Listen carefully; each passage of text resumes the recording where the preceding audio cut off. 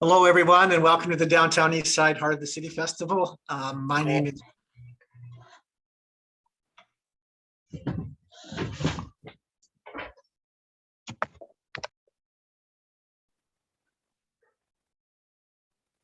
Can I go ahead, Kimit? Go for it. Okay. Sorry about that. Hello, everyone. My name is Terry Hunter. I'm the Executive Director of Vancouver Moving Theatre and artistic producer of the Downtown Eastside Heart of the City Festival. I also carry the name Gulgaa, which means industrious one in Haida. It's my pleasure to welcome you to this 50th anniversary collaboration celebration between Savannah and I. We started working in isn't working though. 1951, That would explain why we can't 1971. And I'm just hearing somebody say to me, something's not working. What's happening? That was Frank. I muted him. My apologies, Terry. Okay. And so welcome, everyone. This is kind of like being a bit around the kitchen table here, inviting dear ones from the past and present to be with us. And I'm just going to turn it over to Savannah Walling, my partner, and she's going to say some words from herself. Oh, before I go there, I'm going to acknowledge, of course, that we're on the unceded territory of the Musqueam, Squamish, and Tsleil-Waututh, whose lands we're very grateful to be on. And they've been living on this land since time immemorial, creating incredible art and culture, and we're so honored to be able to be here on this land, creating our work and interweaving it with theirs. Savannah. Well, welcome everyone. I'm Savannah Walling, and I carry the name Gat'saa, supporter of all things. Is my endeavor as well. I'm an immigrant to Canada. I'm a descendant, a 12th generation descendant of refugees to this continent. I've lived in the Downtown East Side for about 45 years, and very grateful to have found a home and refuge in this place. And my son, Montana Hunter, who is with us today, is raised in this community. I came to this work out of the world of dance, music, mime, and theater. Grateful to be with you today. Thank you, Savannah. And thank you to all our special guests who are with us here today, people that we love very much and have such an important impact in our life and the work that we've been doing. I'm going to give you a little bit of an idea of the structure of the day, of the event, the gathering, which is we're going to move through time chronologically, beginning in 1971, and then we'll be bringing forward guests. The first one will be Karen Jamieson, who we worked with about the 70s into the 80s, and again, continuing on today, the circle has come around. And then we're moving forward, and we'll be doing that kind of format of meeting all our guests. I won't go into each one now because it'll take too much time, but a series of guests, and we will be speaking to them and showing some slide images, some images that we have from the time period that we worked with them, and then having a short conversation with them. And we're packing a huge amount of information, of images. It's like 50 years crammed into 2 hours. So it's going to be tight, and we're hoping to be able to do all this within 2 hours. So I'm going to launch right in, and we're going to start with the first time period, which is 1971 to 74. And Hector, our technician, is going to do a screen share with you. And we have a photograph of Elaine and Sharon. Am I going to be able to see these images too, Hector? Yes, you are. Everybody is going to be able to see it. Okay, so you can bring up the first image.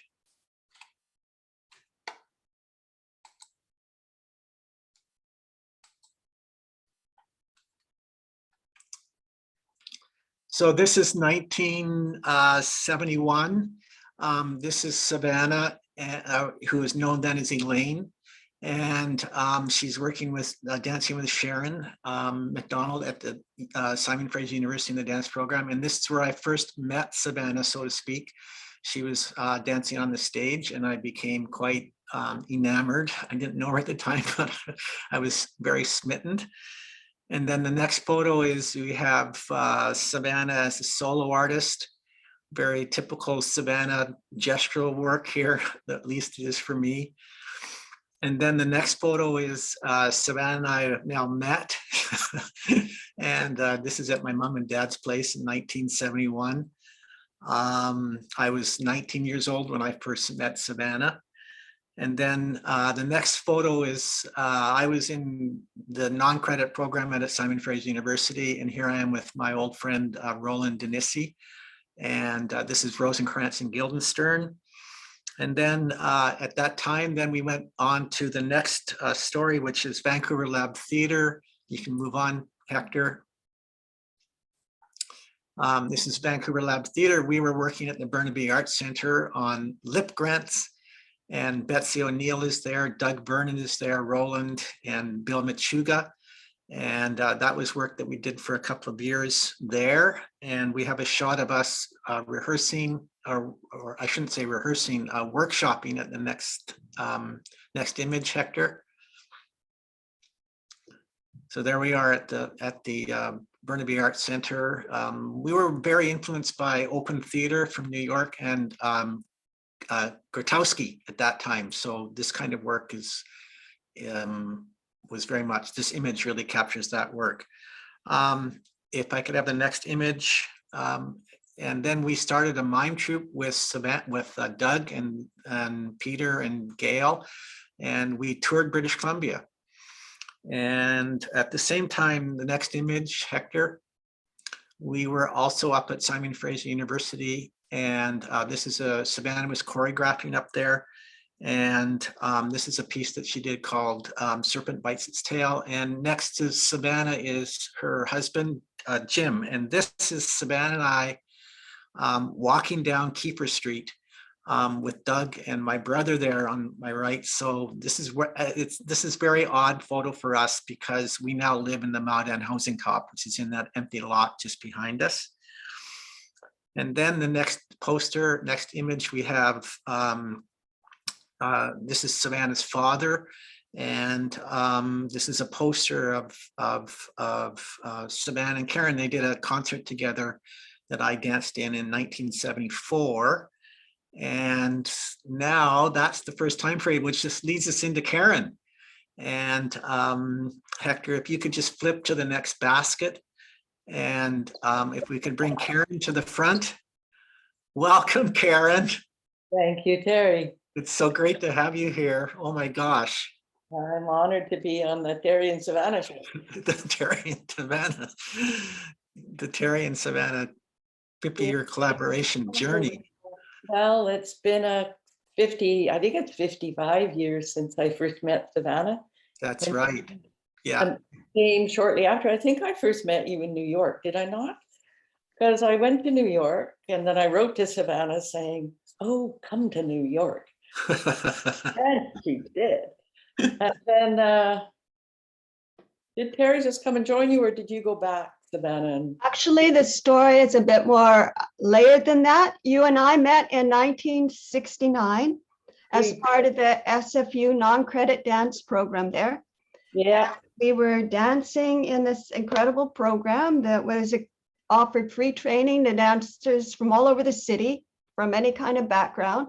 It had a lot of interdisciplinary mixing and everything else. And then we were part of a group that Iris Garland formed of some intensive dance work among the dancers. And we took a workshop with Gladys Vela, one of the extraordinary guest teachers from New York City. And then you went to New York and I followed you. And Terry had came in at some part of that process, and he was performing as part of the concert that you and I put on at Simon Fraser. So a lot of years that have gone by. Yeah. oh, a lot of years. Oh my God. Yes. Just hold the image there, Hector. Don't let it go on. Okay, go ahead, Terry. was Or shall I gonna say- speak a bit first? Or? Please do, yes. Okay, I would just wanted to add that, yeah, that we had gone to New York City, then we came back, and we began teaching dance at Simon Fraser, choreographing, performing, and in that process, a group of dancers came together to form what became Terminal City Dance. And I just wanted to say how much I always loved working with you, the kind of your vision and the creative conversations and the creation process we'd go through and the choreographies that emerged and how they felt inside of me and the way that they would engage all of me, kind of body, mind, heart, soul in the doing of them. And I know that when we came together as a company, we were united by that vision of that power of dance as an art form. And I know that you've talked about this art form of its capacity to transform and engage and captivate and heal and build relationships. And for us, that's what working in the arts has meant too. And I do remember how we shared between us that love of digging into music, digging into dance and theater, and posing questions about life and art in the language of dance. And I remember how we enjoyed the taking turns on being part of each other's choreographies, and then the challenges of collective creations, the creation journeys that were always learning journeys, and they were sometimes successful, but they were always very educational. Yeah, but you've just spent such an important part of my life, and I'm so grateful that in the changes that came, and that when we ended up leaving Terminal City Dance, as you did, and Terry and I did, that we were able to maintain a relationship together and to help protect a legacy of Terminal City Dance that would eventually evolve into the Vancouver Dance Center Society, the VDC Dance Center Society. So thank you, Karen. Thank you, Savannah. And Hector, Karen, we're going to take you on a little bit of a visual slideshow here. So you will remember these. This is 1975. This is the beginning of Terminal City Dance. We didn't have a name yet, but this is a show that we did at the Vancouver East Cultural Center, and it was called Dance Is ... And in the next image, we have, I think, the poster, yes. And we were in that year with Mary Lee Dahl, your sister, and our dear departed, much loved Hugh McPherson. And this poster was done by Chris Dahl, Mary Lee's husband. And then we have the next image here. We're in studio. I like this image because there's just the comfort in us. We're joined here by Michael Sawyer on the left, your sister, then yourself, me, Savannah, and Peggy Florin, and Menlo McFarland on the right, who's the brother of John McFarland, if anybody, you know him from Simon Fraser University. And so this to me is really contrasted with the next image, which is from the wrestling match, which is, so emblematic of our relationship at the time, the intensity and the wrestling and the wrestling of ideas and creative process. And then that same time, the next image, we have amazing work that we were doing. Savannah was up at Simon Fraser, and this is Savannah with Menlo in a piece that she did called Cloggenfort. And then the next image, we have us at Terminal City Dance. This is Chris Dahl's work. I just love this sequence of images, and we did a beautiful poster out of this, didn't we, Karen? And then the next image, we have a piece that I really enjoy. Next image, please, Hector. This one is the two ladies, this really extraordinary piece that you choreographed and that you and Savannah did. It was such a beautiful, exquisite piece. I just love that piece. And then next image, we have us at the Dance in Canada conference. Remember, we did that at the Vancouver Playhouse. This is a show we did called 15 Minutes for Dance in Canada. And it started, we started working on it on your property up in Storm Bay. Remember that? And you did all this swimming imagery because that's what you were doing all the time. And you brought that swimming imagery into the show. And then the next one we have a piece called The Last Dance, which was done at, I think this is at the Western Front where we did this. This is a David Cooper photograph. And then we have the next image is us training with in the studio, the Limb Building.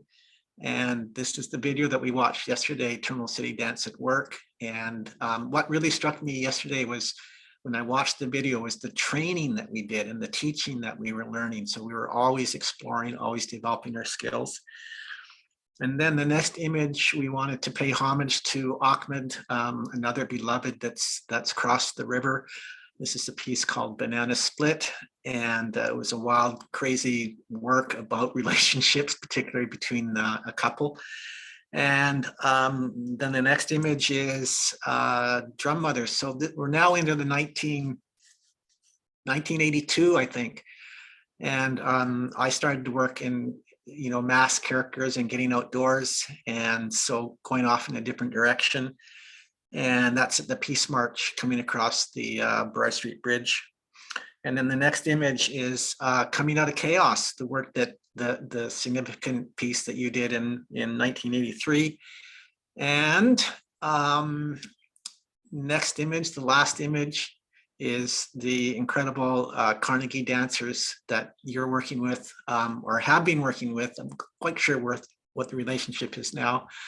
But circling back and working with us here in the Downtown Eastside in terms of, this is your work, but it's been so great to have this circle back and to have that connection with you back in the Downtown Eastside again. So there's a little slideshow, and I just wanted to add my appreciation to you, Karen. That time with you was instrumental in my development as an artist, and I'm so grateful for that time with you, as I am today. Oh, Terry, the feeling is so mutual, because when I watched all our conversation around Terminal City Dance yesterday and watching the video, Terminal City Dance, I was overwhelmed with emotion, because that duration of time and of working with such intensity with others. And it wasn't as though it was all, a walk in the park. I mean, we fought and we struggled to try. We wrestled. What? We wrestled. And wrestled. And we had to just wrestle our way to become this entity called Terminal City Dance, where we needed to maintain our individual vision while accommodating, working with, and creating something larger than any one of us. And that's what I think we did. And it wasn't easy, but it was pretty amazing. And I think we all recognized that we had created something extraordinary, not just the pieces we made, but the bond. And that bond of real love and respect of relationships that go back 50 years. I was just so filled with yesterday. And I think Terry and Savannah, you both talked about being grateful that this bond remains. And it's an indissoluble bond because we've been through so much. Exactly. And we through the other side of every single, Terry, I remember when you and I got into a fist fight, and Savannah was running. It was more of a wrestle than a fist fight. Oh no, this was really out of. And Savannah was running around like. We got through that, and it was not the end of us and the end of our work together. It was just things exploding, because there was an intensity too. We were under pressure, and not only in the world of performing arts, you're under a lot of pressure, but I think each of us individually was under pressure to kind of realize our own vision in the context of this, whatever we call it, this Terminal City Dance. Terminal City Dance. Yeah. But yeah, I just came away as well with enormous gratitude. And as you mentioned, Terry, Terminal City split apart. It needed to, we all needed room to grow that just needed to. Yeah. But the interesting part is that our work has brought us back together in the work with the Downtown Eastside. Yes. And I'm so grateful for that. Yeah, I am as well. And it makes sense. It makes perfect sense. And that, yeah, what I'm working on now with the Carnegie Dance Troupe is I did just finish a series of workshops with them, is to really cultivate leadership within the group. Because each time I try to pass it on to a younger artist, they do it for a while and then they bail. And so I step in again, but I'm reaching a point where I really would like, and I don't know what form that'll take, the taking over of leadership, but they were certainly interested in the idea of taking on leadership. Yeah. And I suppose I would just hover around the edges somewhere, continuing to be a resource. Yeah. Yeah. So thank you, Karen. And Savannah and I are just, facing that same question about bringing in new leadership and how to take that on, but that's a whole other. It's not easy, is it? No. But I wanted I just want to tell you one little story that, as I mentioned, the time that we were in New York, as far as I can remember, I went to New York first. Then Savannah went to New York, and I believe, Savannah, you went back and then came back again with Terry. Am I right? So we're all living together in this apartment in Upper West Side, 85th Street. And it's crowded with Canadians. It's a very and cockroaches. And cockroaches, Canadians and cockroaches. Excellent combination. And we lived there. It was a fabulous apartment. It was only a block or so from Central Park. And it was in the Puerto Rican district. So there was a bodega down below us. And I just loved that apartment and that. So I went on tour with Olive and Nikolai. Okay, we toured all over the US. And Terry and Savannah are still in the apartment on 85th Street. And then one night, just before it's time for me to go on, I'm putting on, Nikolai required complicated makeup, including, false eyelashes, complicated costumes. So I'm trying to get ready for the performance. And then I guess it's stage manager or came running in to say, there's an emergency call. I have to come. And there were no cell phones then. So I had to go down these great vast hallways to the office and take this call. Meanwhile, I've got just some of my makeup on and I'm not in my costume yet. And I'm, where are you? Who's the call from? I don't know. It's an emergency call from home. So I don't know what it's about. So I get there and Savannah tells me, that the guy that we subleased the 85th Street apartment, he was there when Dave Rimmer and I first arrived. And I have to tell you, once he said, yeah, I want you to take it over. I'm going back to Canada for a while and then it'll be yours. But I don't ever want to find myself there with people who don't know that it's my apartment. So that must have been where you sinned, Terry and Savannah, because Savannah said, what was his name, Bruce or something? He's thrown all our stuff into the hall. He's trying to tell us. And I'm saying, Locked us out.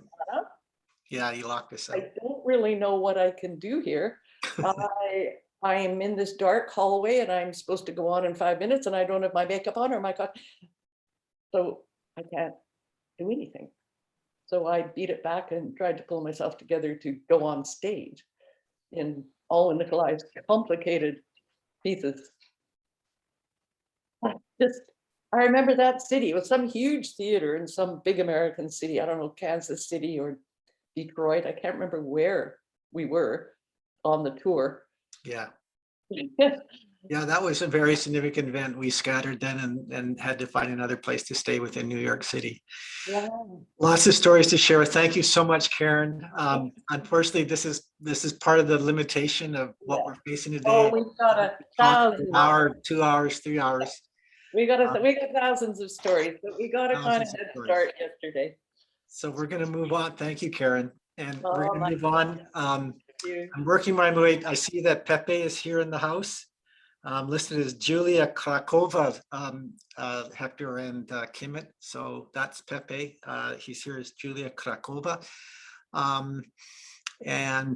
Before we get to you, Pepe, I'm just going to do a little bit of chronology, a little bit more slideshow. Hector, if you can bring up the next image, please, in basket 1984 to 1988.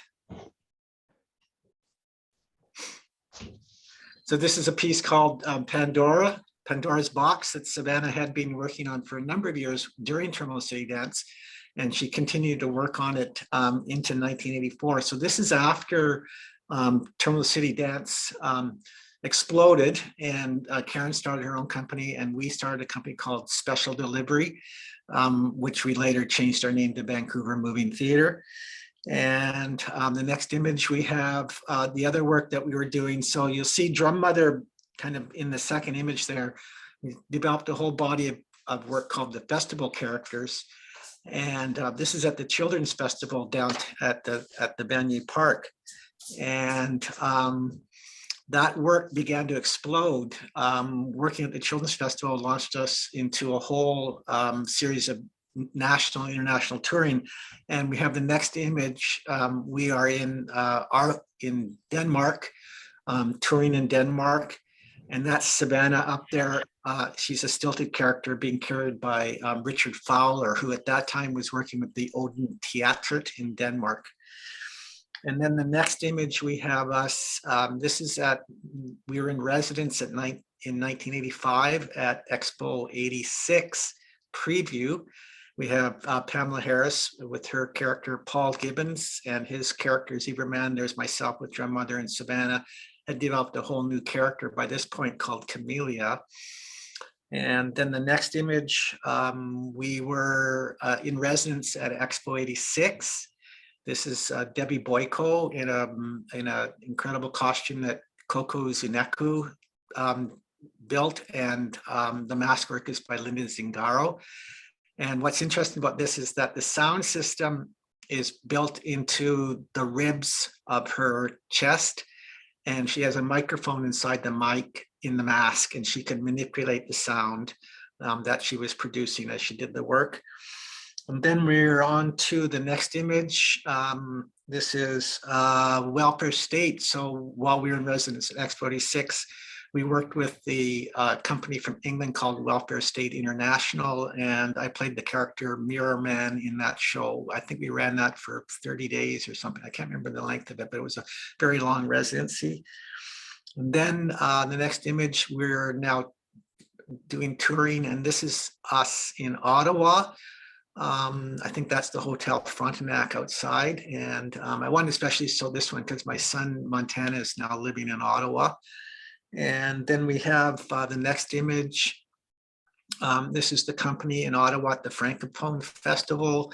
Mark Parlett over on the left, DB Boyko, one of the volunteers, Savannah, myself. Michael Graham is the tour manager, and then two other folks from the Francophone Festival. And then the next image we have, we are in Brisbane now at the World Expo 88 in Brisbane. And we toured there with Mark, Debbie, and Savannah and myself. And then from Brisbane, we went on to Bali. And hopefully we'll see the Bali image in the next one. Oh, no, one more. So this is Mark. So one of the characteristics of our work is breaking down the fourth wall. The fourth wall is that divide between the audience and the performers. So one of the things that we were doing was breaking down that fourth wall and interacting directly with the audience members. And now we're on to Bali. So this is quite an incredible shift that we took from performing in this large amphitheater to performing in the village of Bona in a banjar. It was probably the most incredible performance I've ever done in my entire life. That was just talk about electricity in the air. Everyone was talking during the show, and when we ended the show, no one clapped, and because they talk during shows, and they don't clap. So it's a very different kind of an energy. And the next last one here is Savannah studying there in Bali. And with sorry, I've forgotten his name. Tutor. Tutor. Thank you, Savannah. And then we get on to the next phase, which begins in 1989. And we have Mr. Pepe Danza walked into our life. Welcome, Pepe. Hello, guys. So, wow. Well, I'm tripping out. By the way, you changed your time today? No, it's always 1 o'clock. There was 10 hours difference yesterday, and there's only 9-hour difference today. Oh, So my I don't know gosh, what. is that what happened? Well, you're Don't know here, what so we're very But happy. I'm here. That's I'm great. here. I'm so And happy. it's very beautiful to connect with you again, Pepe. You are such an important part of this journey. Like everyone else, you were decades part of our artistic journey that we went on, and also became godpapa to our son as well. But I want to acknowledge that you came at the time where there were a lot of cultural influences that were starting to come from different of the world's cultural streams, and you were coming in with your history of your Uruguayan Canadian heritage, and the drumming and the vast array of instruments that you played. And I do remember that you've been involved in so many different kinds of roles over the years, as an in-house percussion instructor for us, as a co-creator and collaborator, as a composer, as a performer, as a band leader, and at different productions and festivals over the years. And when working with you, we were co-developing a whole drum dance training and an integrated performer training and community interactive residencies, our first residencies interacting with community. And again, you were a really important, pivotal role within that. And I remember that you upped the role of music in our productions from just an accompaniment to 1,000 functions, from carrying the emotional through line to setting the scenes and depicting characters, driving and developing the plot, providing this larger historical spiritual canvas for everything that was being created, and even the music taking on this role of an on-stage stage manager, again, to kind of deepen the integration and timing and everything else. So I just wanted to say how grateful I am, how grateful Terry and I am to what you brought and how you moved and deepened and increased the breadth of what we were creating. Yeah, and Pepe, before we give you a chance to respond, we're going to take you on a little memory journey here. Hector, if you can bring up the first image, I think you'll like it, Pepe.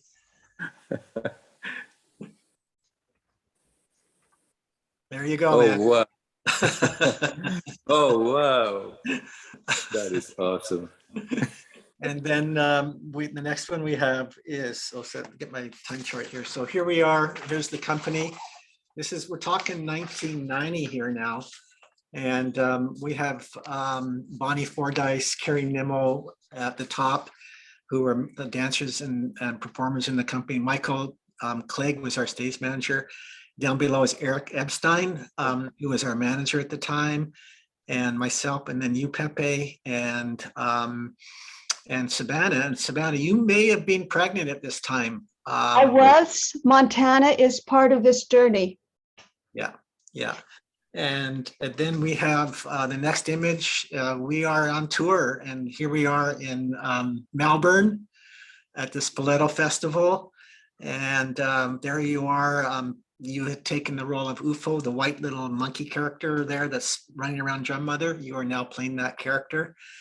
And then the next one we have is, get my notes here. Yes, so we were doing international touring, but we were also doing a lot of shows across Canada, and we uncovered this photograph of us up in Prince George, performing up in at the Children's Festival up in Prince George. And then we have, get my finger in my notes here. So I was starting to do a lot of solos, and we had a production called House of Memory. And this is a wild, crazy character that we developed called Whack. And you can see the drums in the back there that we were working with. And then the next one is a piece called The Call, where we were working with the big taiko drums, and which is an influence that started from the Vancouver taiko work of John Endo Greenway and the others, and we'll come back to that a little bit later, but that was an area that I was doing a lot of exploration in. And then the next one, we're now working with Laurie Lister, the percussionist and your partner at the time from, she was a percussionist for the Vancouver Orchestra and a number of music ensembles. And we were doing a lot of exploration of movement and percussion at that time. And then we took this work and we toured it to Korea. And we have an amazing shot that we found in the theater there. And there's Montana. He's on tour with us. I think you were about 4 or 5 at the time, Montana. And the gentleman in the middle is the producer that brought us to Korea. Actually, this is at the theater, Pepe. This is when we did the film, when we went to the TV station. Savannah said it wasn't at the theater. He booked us for a TV show, and this is at the TV station. Wow. And then we have The Good Person of Szechuan. The next image here is a post. This is when we started working very strongly with the theater community, and it was Ruby Slippers and Touchstone Theater that invited us to join them on the Breck in the Park series. And we did this amazing production called The Good Person is Szechuan, which went on to win quite a few Jesse Richardson Awards. And Savannah and I and Katrina and Diane also received a Jesse for spectacle design for this award. And Pepe, you did the music for this show.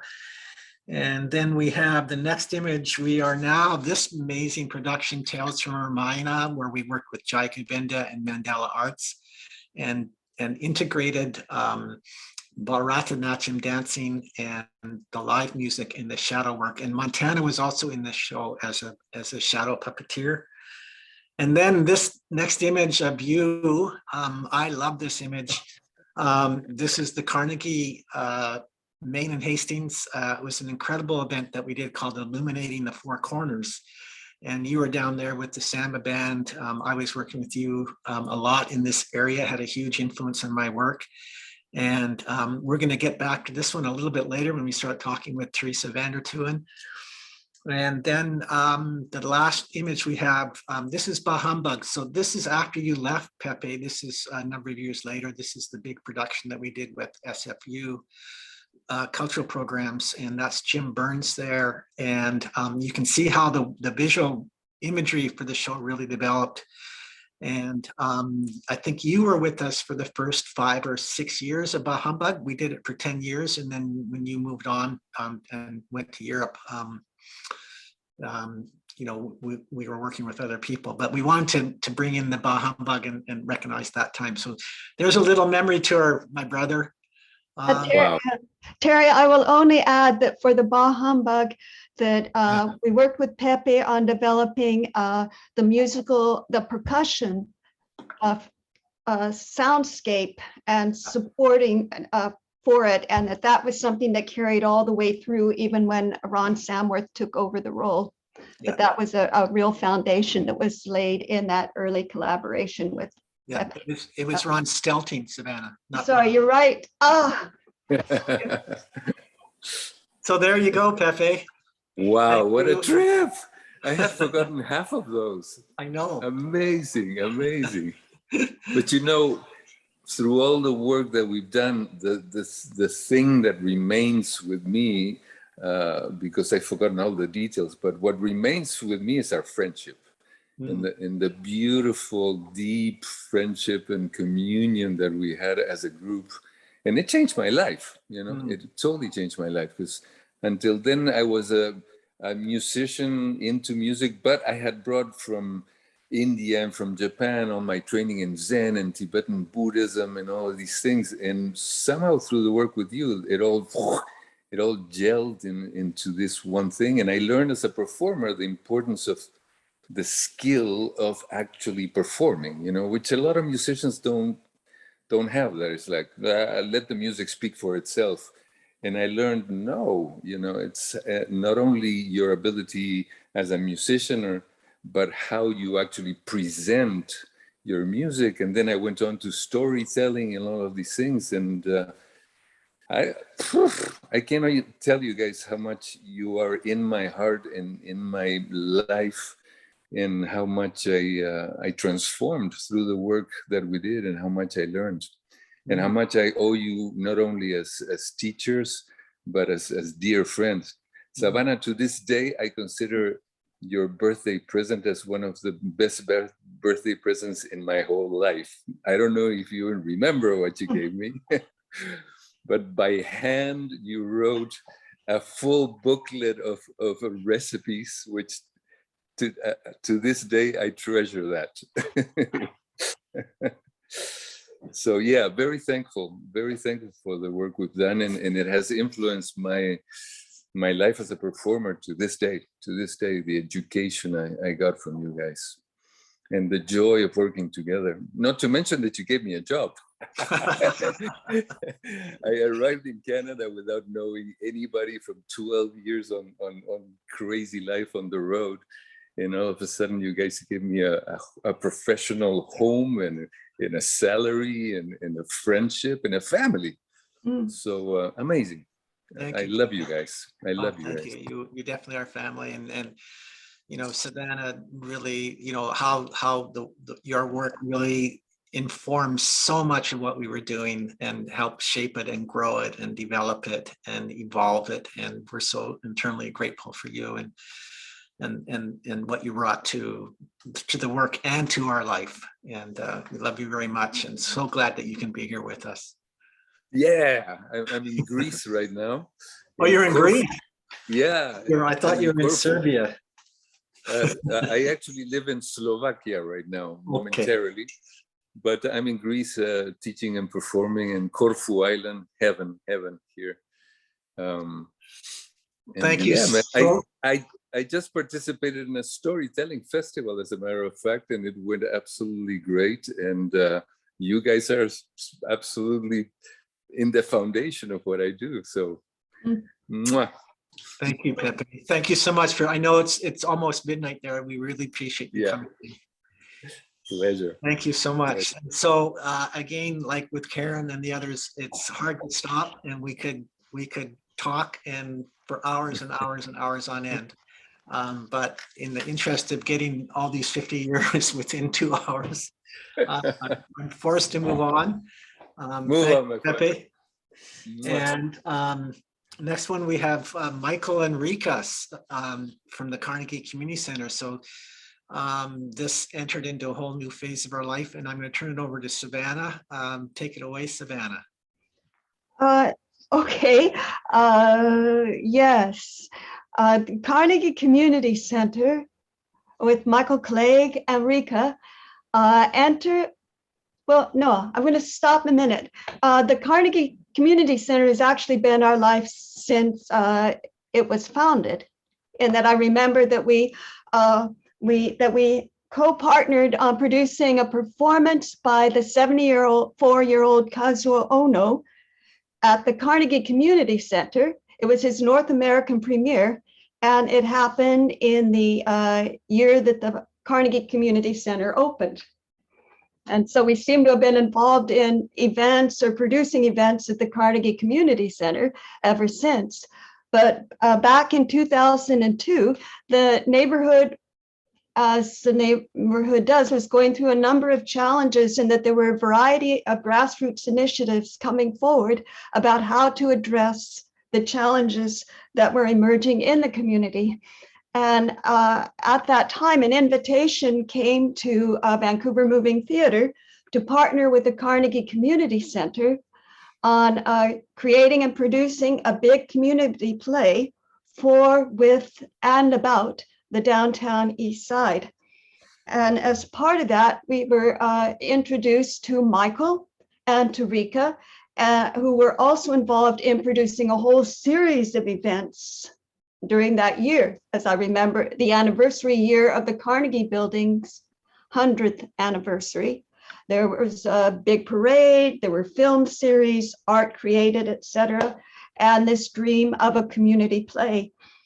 The working with Michael and Rika and the Carnegie Community Center really deepened our connection to the Downtown Eastside. It was really a visionary and groundbreaking projects that they were bringing in at that time. And we were so honored, scared, challenged, but grateful and honored to be invited in. And we knew that it was our turn to help give back to this community that had been nurturing our own work for so many years.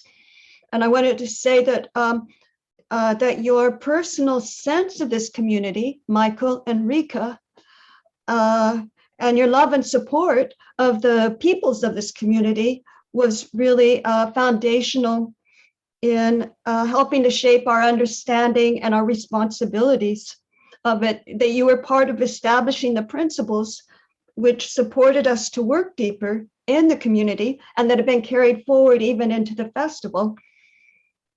And we really appreciated your wise, gentle approach to the work and the respect, how you were always so respectful in everything that you did, how you were ready to step in and help wherever help was needed, the way that if you said you would do something, you would do it, and that you were very straightforward about what you could do, what was or what could not be done, etc. And also, Rika, we were really grateful for the introduction to the partnering with the Japanese Hall, and that where we have hosted and partnered on some events over the years ever since. And that was also a really important relationship that was opening up for us. So I just wanted to say thank you so much. We have been involved in projects with you all ever since. Thank you.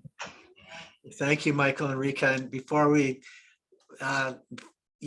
give you the opportunity to say a few words, Hector, we have another little memory journey for you. You'll remember this, the anniversary parade celebrating the Carnegie Community Center building. And this was shot from the roof of the Bruce Erickson building by one of the Carnegie staff people, Bob Moss, I think. And you'll see the dragon that was created for the anniversary down there, the long orange puppet. And we still have that, and we still bring it out occasionally for special occasions. I'm going to interrupt Terry a moment. That dragon was created by Karen Wong, who is a shadow puppeteer on Tales from the Ramayana. So there are many interweaving threads. And then the next image, the dragon appeared at the Chinese New Year's parade. And this is the Carnegie Seniors Choir that was part of the parade. And this was done before the community play happened. So it was part of the outreach that we did in the community to raise awareness about the play. And we were also doing the political side of the equation. And this is a photo that we uncovered in our archives of us traveling down to the mayor's office to visit the mayor. At that time, it was Mayor Campbell. Next slide, Hector. So there we are. We're about to go into the mayor's office. And what I remember is we walked into the room and it was Mayor Campbell, and he just won. He'd been elected a couple of weeks, and he looked up from his computer and he said, "Oh, rats, I was winning." He'd been playing computer games.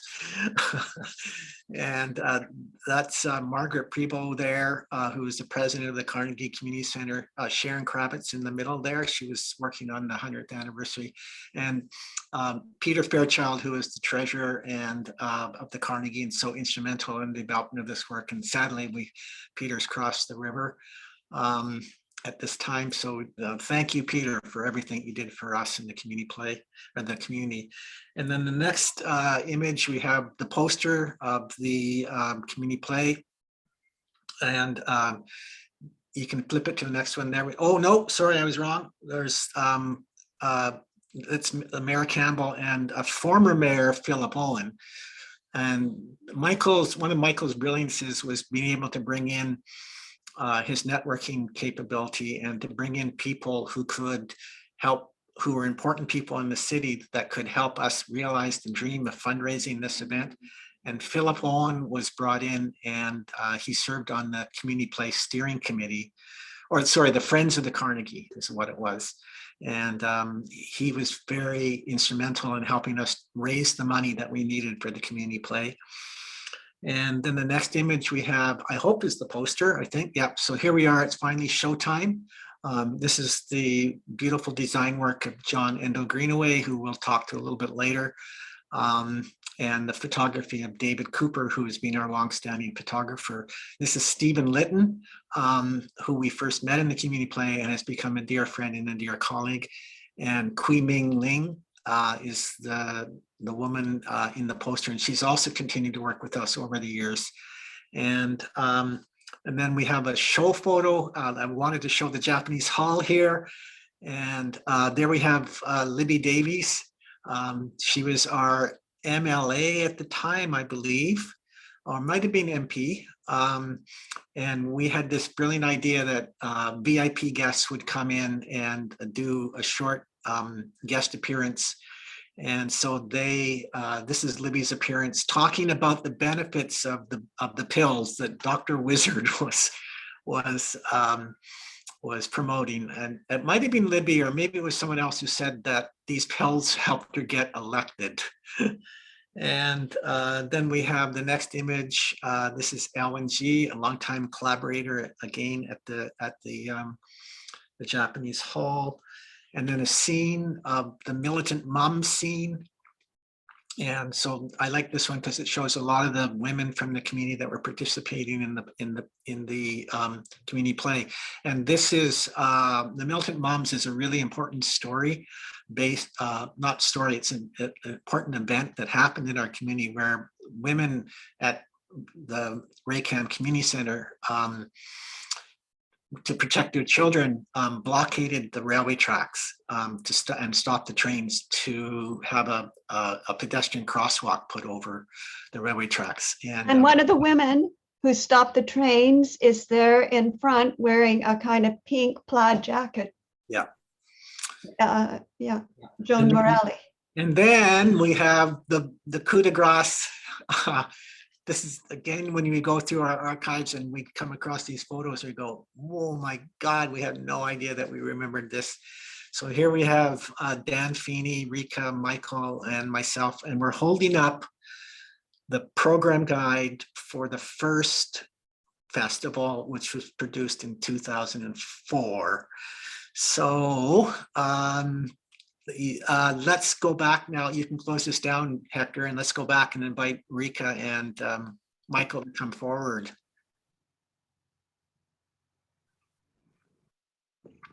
Hi, Rika. Hi, Michael. Hi, Terry. Go ahead, Rika. No, Michael, you have to go first. Oh, it's, You're the instigator You know- of the 100th anniversary and the play. So please. I saw Sharon Kravitz in one of those photographs. I just also want to recognize Sharon because she was our master producer coordinator for the whole 100th anniversary year and did a great job. Terry, I want to bring back something you probably want to forget about in the community play. When the actors went on a hunger strike. I'll set the background. I'm in my office at Carnegie. You did have the correct philosophy, and that was that food was always a challenge in the downtown east side. And so you did provide it, but I had this delegation of which Joan Morelli was a part come in to see me and said, "That's enough pizza." Sausage rolls. Sausage rolls, that was it. It was sausage rolls they were revolting against. So we had this major crisis on our hands. So It was food. How did you deal with it? I've never heard other than they were happy after that. So you improved the menu. We came begging. We said, we don't have enough money to buy enough different kinds of food. We need more money. So I think somebody kicked in, maybe it was the city, kicked in another $5,000 or something. And we were able to buy things like vegetables and fruit and other kinds of things. The sausage rolls came from the Carnegie Community Center kitchen, and they came in big boxes, and we could afford them. And after 5, 6, 7 weeks of rehearsal, people were like, they're ready to, it was mutiny time. Like anyone else, actors need to move on their stomachs, and they need a bit of variety. I'll just add on the other side of that, yeah, where could the money be found? Because Philip Owens and a number of other business people in the city, Milton Wong particularly, Dave Moffat at Van City, we're our go-to group who raised hundreds of thousands of dollars for us. But we reached a point where the budget wasn't going to be completed the way the play was turning out to be. And we had a bit of a showdown moment, and we had to sort of pledge our lives in the present and in the hereafter that this would never, ever, ever happen again. And they went ahead and found the money for us, to their everlasting credit. And I must say that, to the credit of you and Savannah and all the crew at that time at VMT, you always met your budget, and it made fundraising from that point on so much easier. Not only did you have good organizational skills, but you met your budget. Rika. Yeah, well, organizational. I mean, one thing that comes to mind is, the arts has always been really important at Carnegie from the time it started in 1980. And there's always been arts programming. And there were big projects like Walls of Change and Speaking Chalks and all these kinds of more community-based things as well. But I think that the 100th anniversary and the community play, they were real game changers in terms of like a real community sense of working together on some of these projects. And then when we started having the festival, there was always something yearly to galvanize around, develop programs around and move towards. So I think that was so important, and such a great legacy of that 100th anniversary event, as well as, some of the fundraising that we did through that. I do want to say that, prior to all of that, I mean, we were pretty grassroots, and we didn't really, nothing was really that formalized. And remember, prior to the first year of the festival, prior to starting the festival, the number of months we spent on a contract with you, the Vancouver Moving Theater. I'm like, oh my God, and this is the first time we really worked on a contract with a partner, and it was a great experience in retrospect. Remember how detailed you were, and because of that, everything has been so great.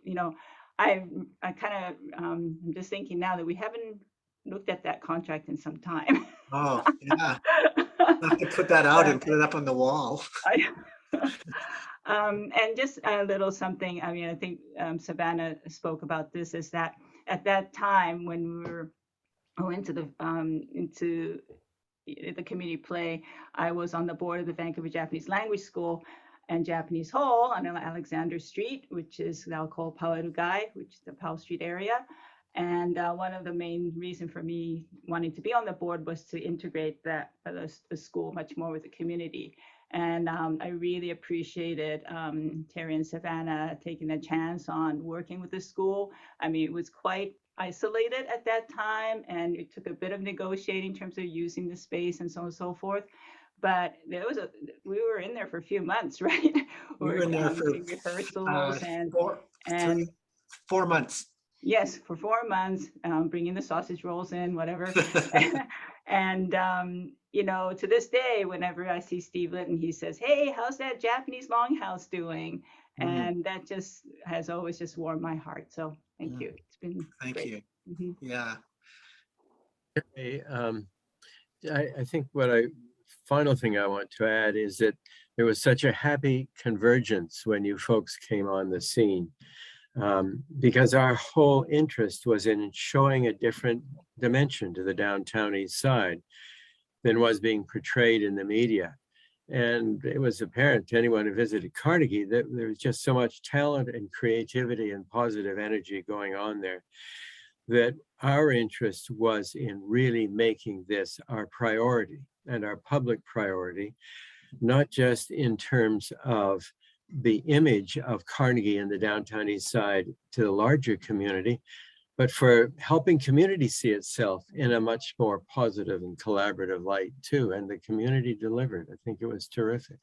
Yeah. And the fact that what you folks did was the way you honored that was the open access you provided to the community play. You're interested? Come on in. You can learn how to be a costume designer or an actor. So everyone literally had a part to play, and yet you demanded and required excellence of people to the full extent of what their potential allowed. You challenged them to do that, so it wasn't just a kind of feel good. It was pushing people as well, and I watched Jimmy at work in that regard, and others, and it was just magnificent what was drawn out of people. Yeah, thank you for that, Michael. Yeah, that integration of theater practice with community, and I often think of the phrase, Michael, that you said, which was community-led renewal through the arts. And that to me is a very succinct way of saying it. It says it all, that it's people engaging with the community and leading the community, grappling with the problems and the issues within the community through the arts. And so that the vision of the community is coming from the community through artistic practice. And that can be small activity, it can be huge productions like the community play.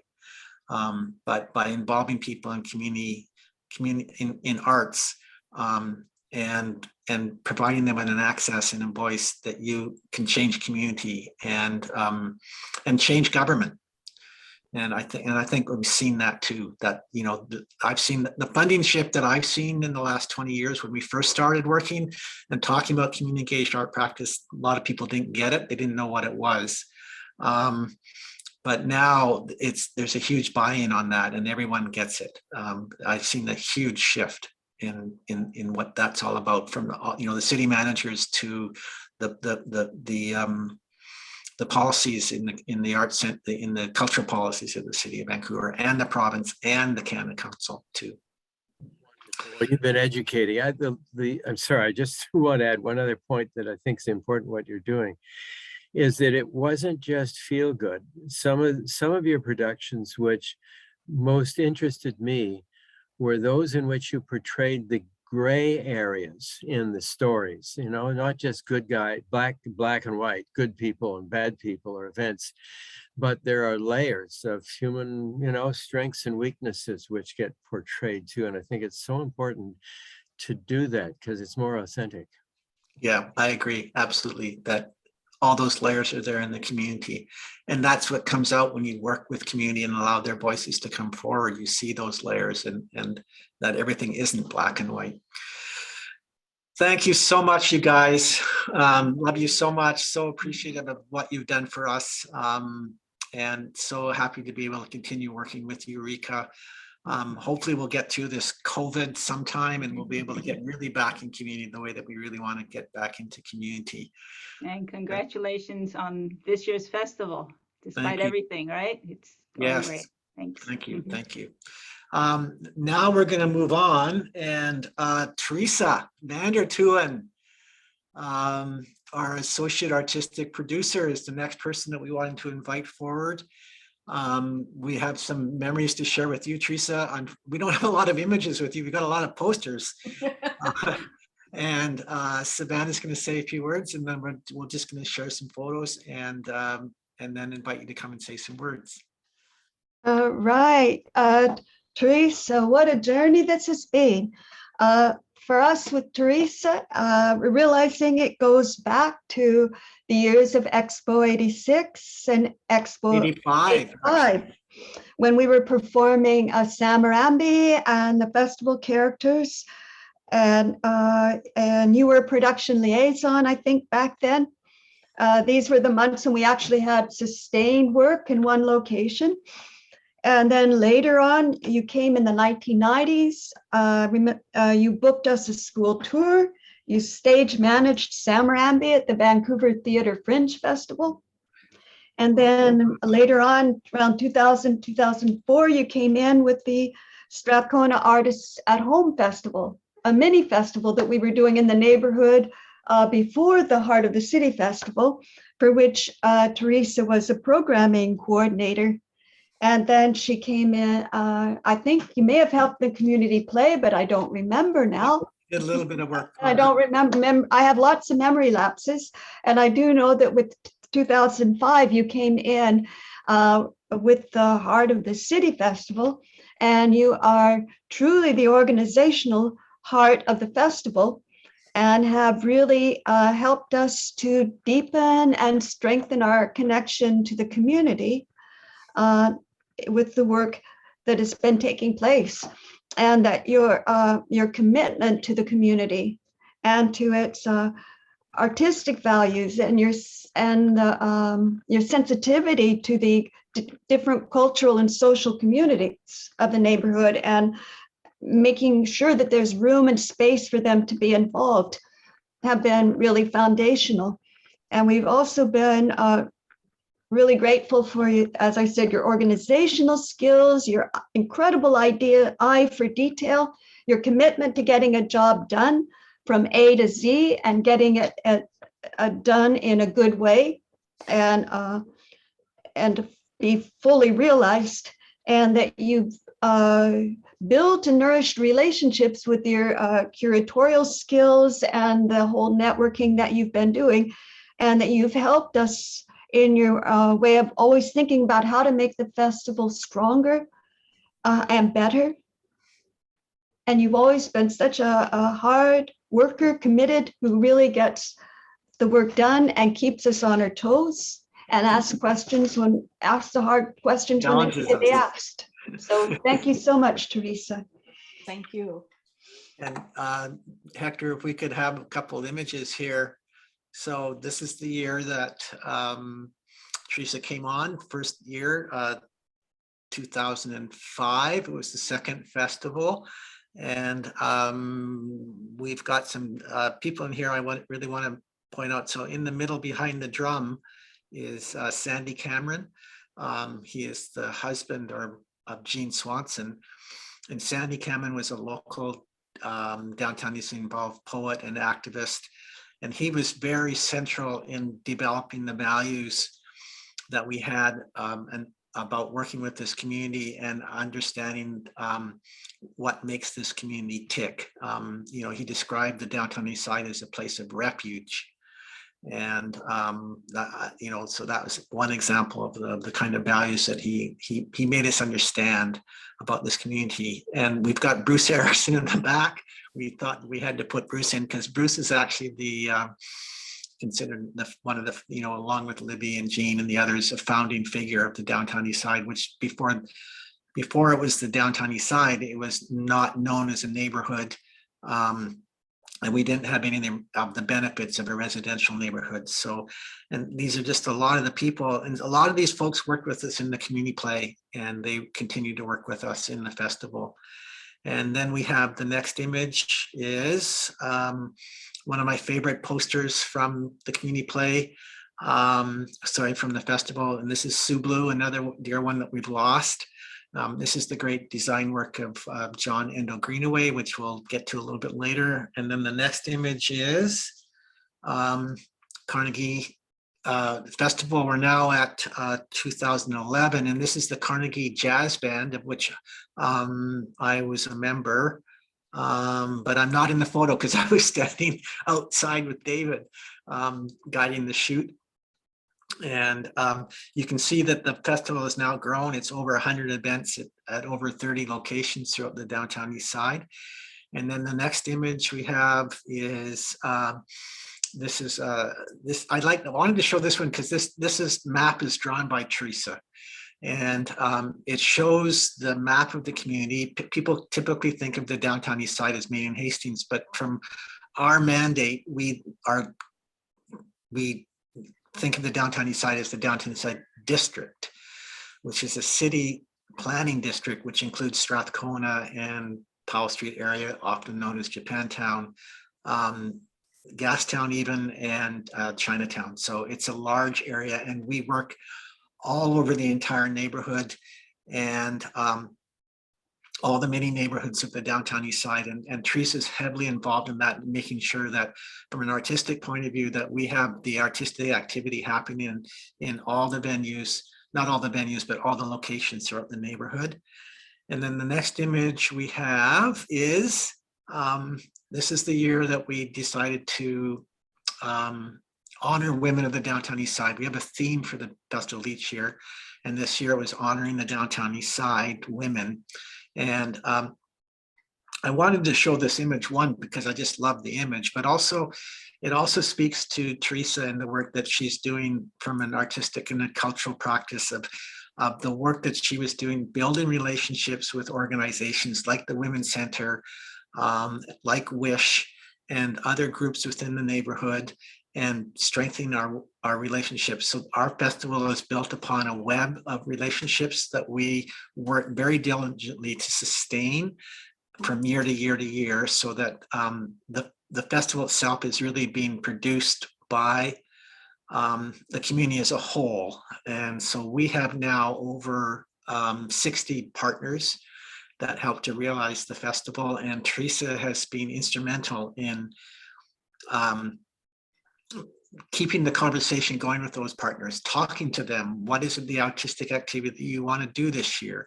And they say this, and then they say, okay, we can do that. And so it's an ongoing process of conversation and finding ways that we can support the community. And that's such a huge part of Teresa's role as associate artistic producer of the festival, is that she's always in deep conversation with the organizations of the neighborhood about what they want to do and how she can help realize that artistic and cultural practice. And then the next image we have is, we're now in 2018. And this is, I wanted to put this one in here because it shows Kat Norris, who is our festival elder in residence. And then we have the next image. This is last year's festival, produced under COVID times. And this is a time that I really want to acknowledge Teresa. It was a huge challenge last year, shifting from being a festival that took place in community, in facilities within the community, like the Carnegie, and then having to move online. And it was a very steep learning curve, done over a very short period of time. We all came from the theater and the performing world, and we had very limited experience in the world of broadcasting, online broadcasting, things like that. And it was a huge undertaking. And the reason why we were able to get through that was because of Teresa's organization skills, her leadership skills, and her attention to detail and the care for the work that she did in the community. And then finally, with the last one we have, I think there's one more image. Yeah, so this is this year's festival, which Teresa's continued to work on. And so that's the last image we have. Teresa, it's been what, since the festival 2004, you've worked on 17 festivals. This is your 17th. Thank you so very, very much for all the work that you're doing to help realize this work for and with the community. You can take the image away, Hector. Thank you. Yeah, it's really been like just listening to like even Karen starting to share the beginnings of your work together. Like I think we wrestle a lot. Each year, each festival, each event, each issue that we have to grapple with, we do a lot of wrestling things through. I don't think we've ever had a fist fight. But we do share, Terry and I reminisce about a story where we learned a lot physically and metaphorically about how to work together.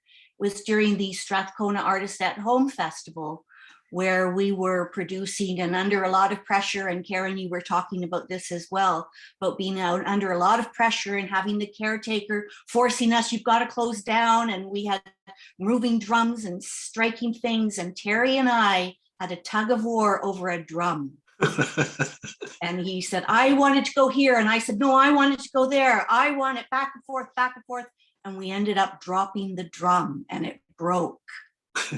And it was like, wow, Terry. Yeah, we stood there and looked and went, what have we done? What have we done? And what did we learn? And so that's kind of, I think, like that was even before the festival. That was like in 2002 or something.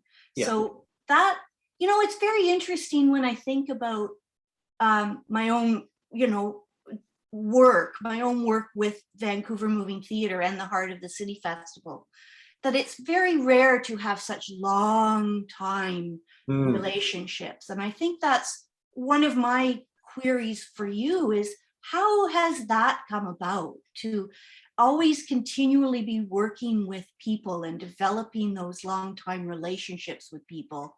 Because it's really important for the Heart of the City Festival and how I've approached it. Both you and Savannah have said, like, I come from theater and other festivals, big festivals, and that's where I was coming from. And, you know, we would meet in an office somewhere and plan a festival and then look for a venue and come into the neighborhood and do the festival, do the work, and then go away. But the Heart of the City Festival is completely different.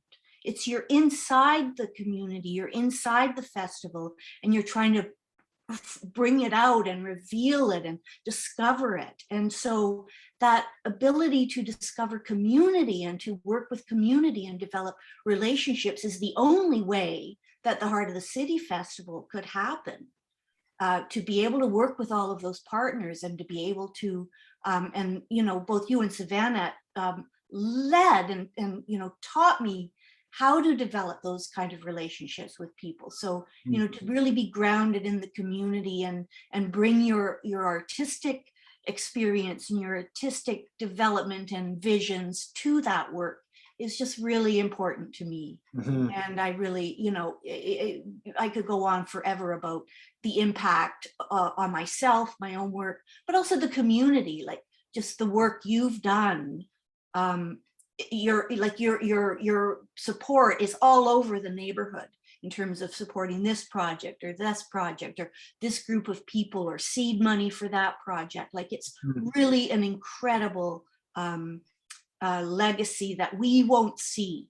You can't bring it in a photograph. You can't, it doesn't have a marker somewhere, but it's that impact and influence and support that you have brought to the people of the community and the artistic community, the artistic growth of the community. And it's in those little moments, right? Like, we're talking decades here, but it's that moment tomorrow of seeing someone on the street and enjoying the writing that they've just written this morning. And so it's really, it's an incredible amount of scope of work and breadth of work and range of work that I just have to congratulate you both on 50 years of your creative collaboration. I think I've taken up too much time, but there we go. No, not at all. Not at all. Yeah, thank you for those words. And I think, you know, that you made a really important point, which is about the relationships and, you know, where that came from. And, you know, I think it was seeded in the work that we were doing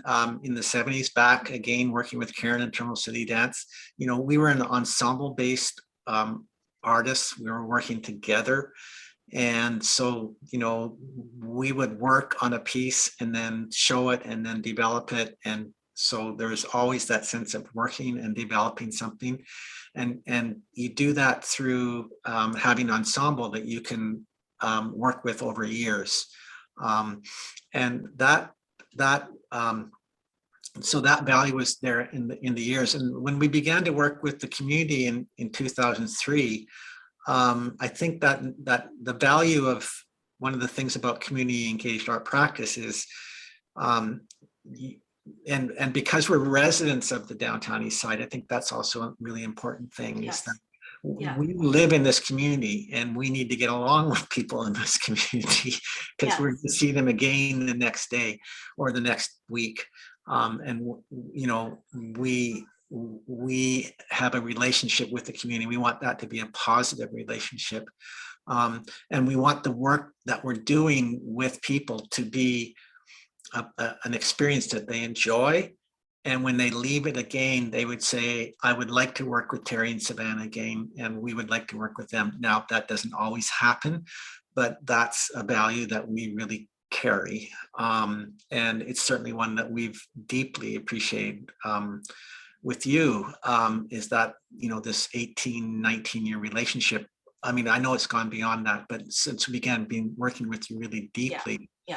And I think the other thing too that I just wanted to mention too is, you know, is that learning that we go through together as we get to know the community. When you came on in 2004, you had recently moved into the neighborhood, and I think and we started working with you. And I remember sitting down with you and saying, okay, this organization, this is who they are, and this is what they're like, and you know, be sure to approach them this way, and don't go this way. You're going to end up in a, you know, falling off a cliff.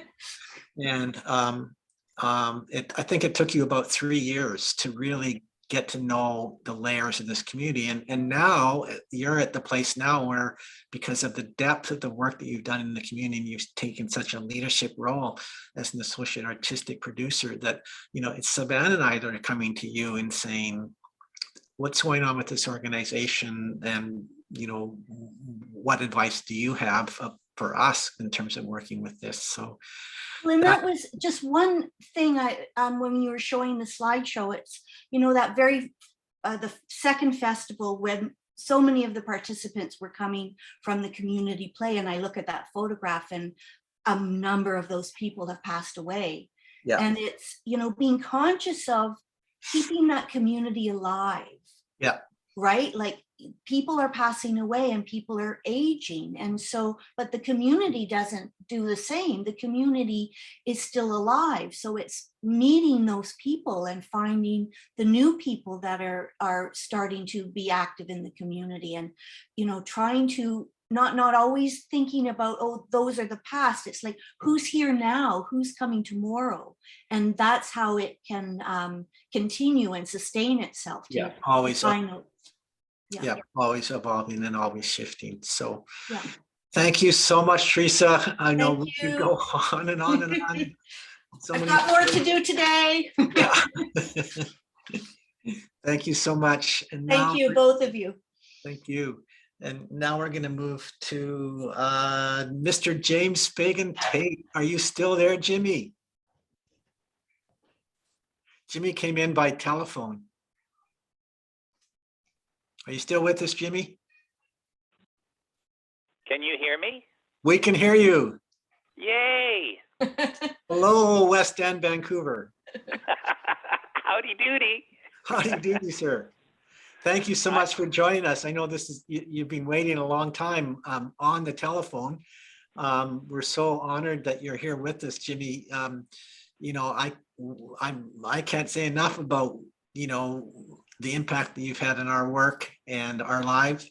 And I'm going to turn it over to Savannah, and she's going to say some words, and then we're going to show some images of various productions that you've been involved in, and then we'll get back to you with and have you say some words. Savannah, take it away. Oh, The phone. and she's on, the phone started ringing. Savannah, you're on. I got the phone. Yes, Terry, we're going to need to move more quickly through this next part and showing the images, and that there are many people that we're talking to that have had a huge impact and continuing impact on our lives. Jimmy, I just want to thank you so much. It was fun teaching you to stilt walk in The Good Person of Set Swan all those years ago. And I really enjoyed our friendship and relationship. You had such a foundational role in the community play. I have to stop the phone. Sorry, I got it.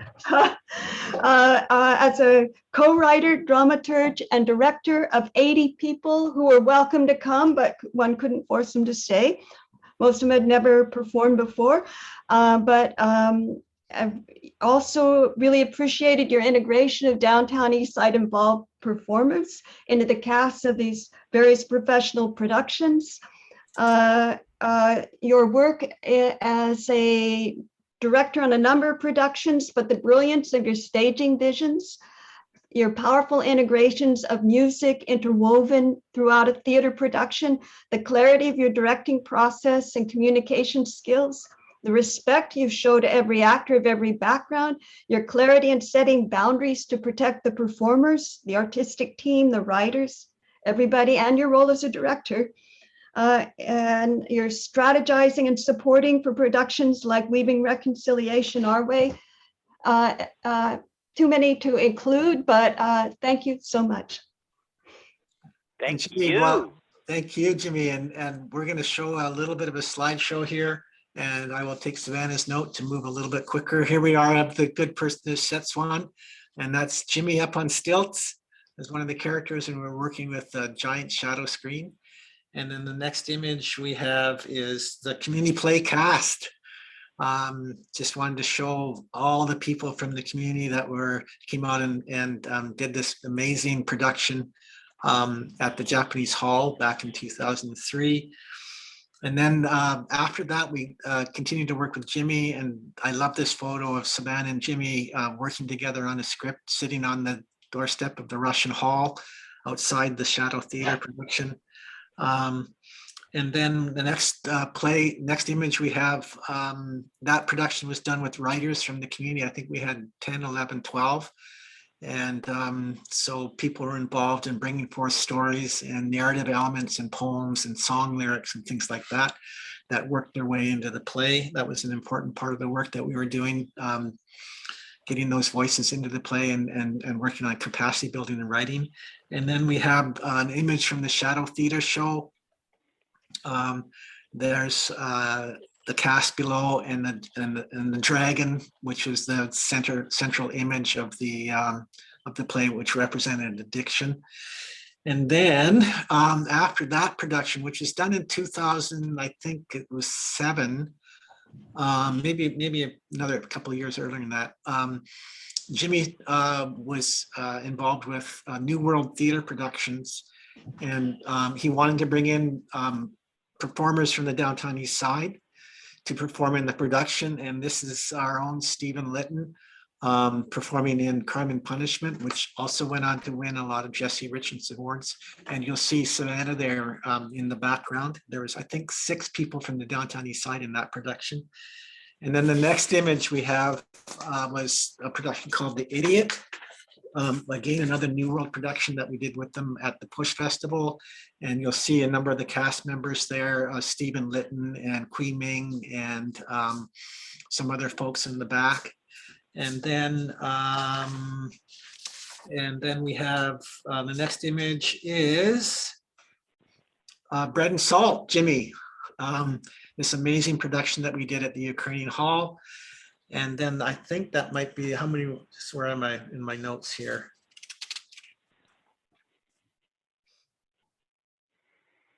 Yeah, next image, please, Hector. There we go. And this is the cast, some professional actors and singers, musicians, and our son Montana was in that show also. And then the last image here is Bah Humbug. Jimmy, you came in and worked on that, and you really made a huge difference in the production and really moved it forward in such a huge way. Thank you, Jimmy. I mean, this is just some of the images, and I'm going to turn it over to Savannah and bring you guys in. Bring you in, Jimmy. Okay. So, thank you so much, Jimmy. Thank you. Am I on? Can you You hear me? are on. You are on. Well, listen, I'm so grateful to the two of you for everything that you do, and for you to have invited me into all these productions through the years. And they were remarkable opportunities for me, and some of the greatest opportunities in my whole life. And you know, I'm so honored to be a part of this today, to be honoring you two, and also to be in the company of people like Michael Clague and Rosemary Georgeson, Karen Jamieson, Renae Morriseau, John Endo Greenaway, Joseph Pepe Danza, Teresa Vandertooen, Kathy Stubbington, Ruth, Rita, I beg your pardon, Sharon. These people have been so important in my life, and I am thrilled to be hanging out with them again. Mm. And I'll keep it short because it was a wonderful opportunity to work with that many actors in the room on. It was crazy making, but it was superb on the Enderby and the Downtown Eastside Community play. But and then to be able to incorporate community actors into the New World co-pros that you did was thrilling, because I didn't want to have a world in St. Petersburg that looked like just the professional actors from the community. I wanted a combination, and I had just worked on the Downtown Eastside Community play, and it was so thrilling that Vancouver Moving Theatre agreed to collaborate with New World, and that we had the people from the Downtown Eastside in Crime and Punishment to create a more realistic world, and so my experiences with you have always been profound experiences in the theater, and an opportunity for me, the theater. I love the theater, and it's an opportunity to watch people at any level of skills or experience to step into other people's shoes, because I think that's the whole thing, that because of theater we can learn to understand each other a little bit better, et cetera. Yeah. And we've had that opportunity, and I'll mention one anecdote if I have the time. Please. Terry and Savannah. Well, when in Crime and Punishment, we had this idea that it would be wonderful to have people in all different walks of life working together, professionals and community artists, but I didn't know how that would work out. And one night, Patty Allen phoned me, and she said, "What is that young woman doing, Kui Ming Ling? She's unbelievable. You've got to tell me her secret." And I said, "Well, Patty, just keep watching her, and you'll figure something out." And the very next day, Kui Ming came up to me, and she said, "Oh, Patty Allen, I love just watching her because she brings so much to what she's doing. There's layer upon layer upon layer, and I don't do anything." And I thought, for myself, it was one of the greatest gifts in theater. But, the same with the Downtown Eastside Community play. The different stories that Dorothy Jenkins and I came away with from that rehearsal process, I am enriched by that experience alone, but all of the experiences, getting on stilts with Savannah and just hanging out with you two, have been really fundamental in my life. And so I really have a great deal of respect and gratitude to you both. And Savannah, I look forward to continuing playing Scrabble with you, where I enjoy beating you, and you continue to stimulate me on the level of world literature, et cetera, et cetera. So my love to you, and my love to all the folk on this panel, because I love you all, and this might be our only opportunity to say hi in the rest of our lives. All right. Thank you, Jimmy, for your kind words, and all the best to you. And we look forward to being able to work with you down the road again, hopefully someday. Me too, me too. Okay, ciao, ciao, ciao. And in the interest of keeping moving forward, now we're moving on to Kathy Stubbington and Ruth Howard. Oh my God, two of the powerhouses of community engaged theater work in Canada, two of the people that brought it, developed it. Kathy's had such an impact on us and had an impact on the Carnegie, which Savannah will go into, and Ruth in Toronto, our sister organization in Toronto. Thank you guys for being here with us. Hi. Yeah. Take it away, Savannah. Okay, I want to say thank you both so much. It's beyond words, but I'll try to find some words. Kathy, the support from your community and yourself for us doing the community play here in the Downtown Eastside helped to make it possible, be able to do it. And the partnerships, the creative partnerships we've had over the years have been so inspiring, from the Minotaur Dreams to the community play symposiums, etc., and the dialogues that have been going back and forth, the opportunities to go to Enderby to work too. Ruth, who we met also around the community play, and she was giving us some advice on this, and then invited us to become part of a whole network of community play producers across the land, and introduce us to her philosophy of welcoming everybody and then doing your best to meet it. And that's something that both Kathy and Ruth carry in such powerful ways. Ruth, they are visionary leaders of community engaged practice in this land.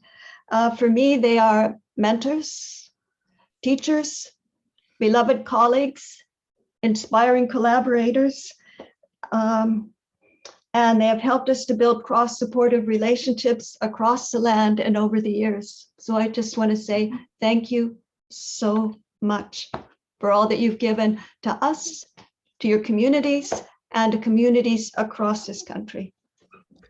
Thank you, Savannah. And guys, we're going to take you a little bit of memory trip down the road here. Hector, if you could bring up the first image.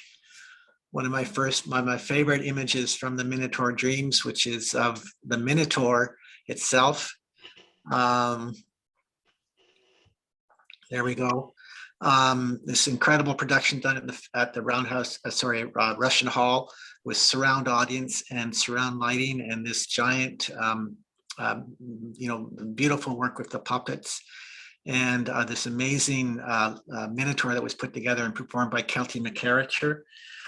And then we have the next image is the maps and memories. So this is one of the things that we did with Ruth a lot over the years, is the training that we did with Ruth and the incredible skills that she brought to our community in community engaged art practice. And this is a 3-day intensive workshop that we did about bringing out the stories of the community and providing people with training and capacity building in that whole area. And then another part is the work that we started to do with you, Ruth, about working within community and combining feasting and integrating performance elements. And this is a show we did at Dr. Singh Gardens, not a show, but an event. And then from there, we have the next image is the track symposium, another work that we did with you that was so comprehensive, that involved bringing together Indigenous and non-Indigenous artists who work together in collaboration and do that with community.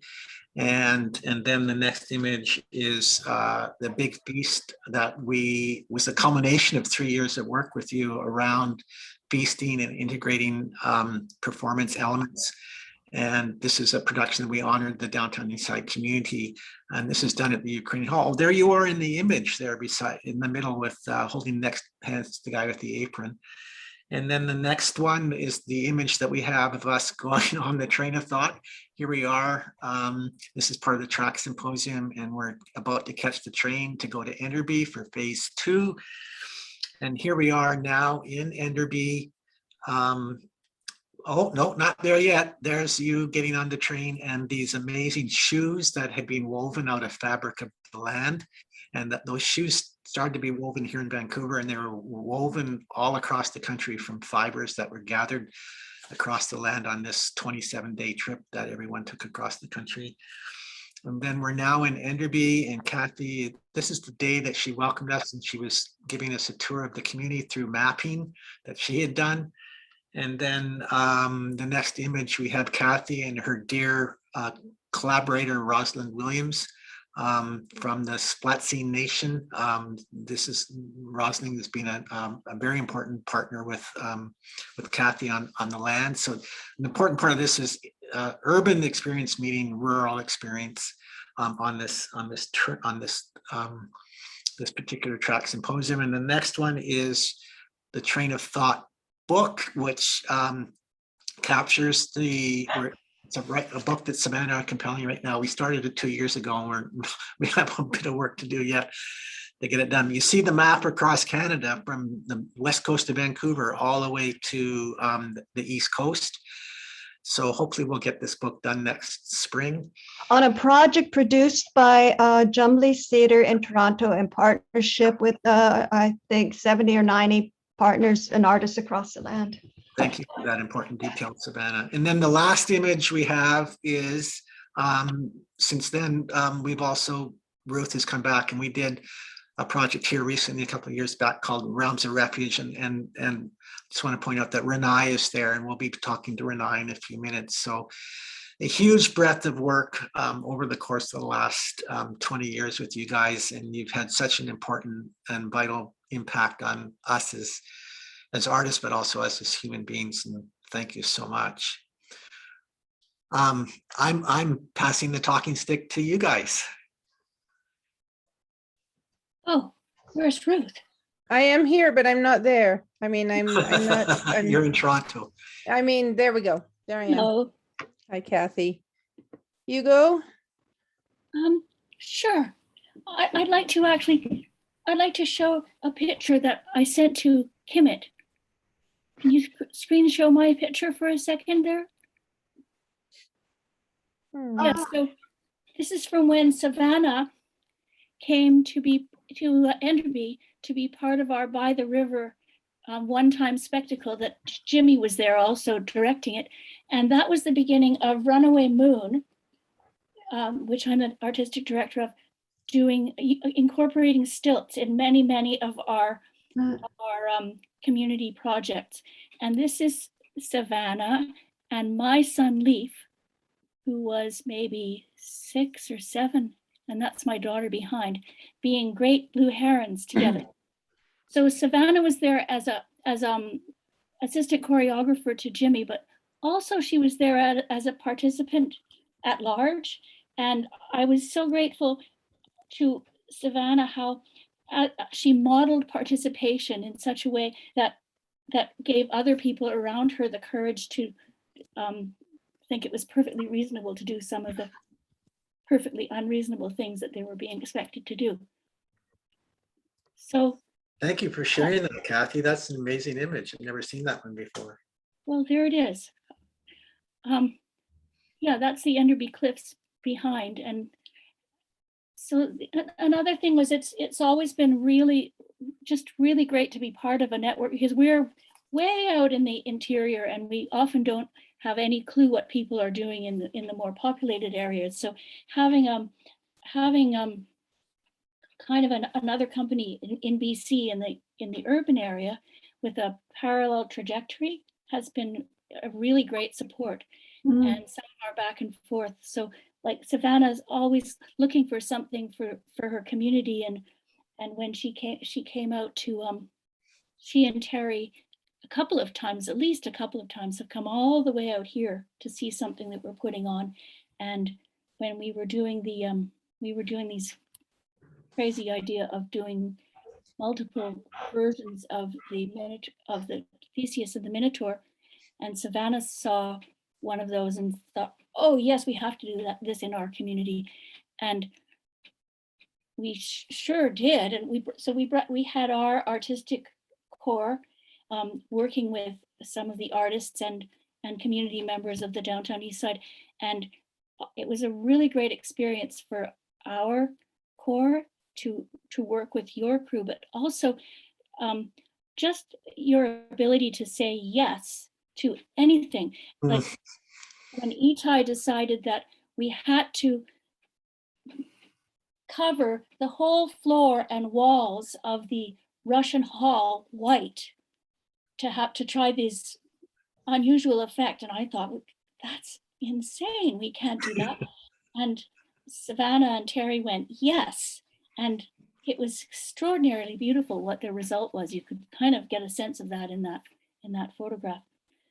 So yeah, and I really appreciated being Enderby being included as the second section of the tracks symposium, so that we were able to really kind of figure out what a rural version of a symposium would be that made sense in our community, and people that were interested and had an understanding of what we do come and really share with us.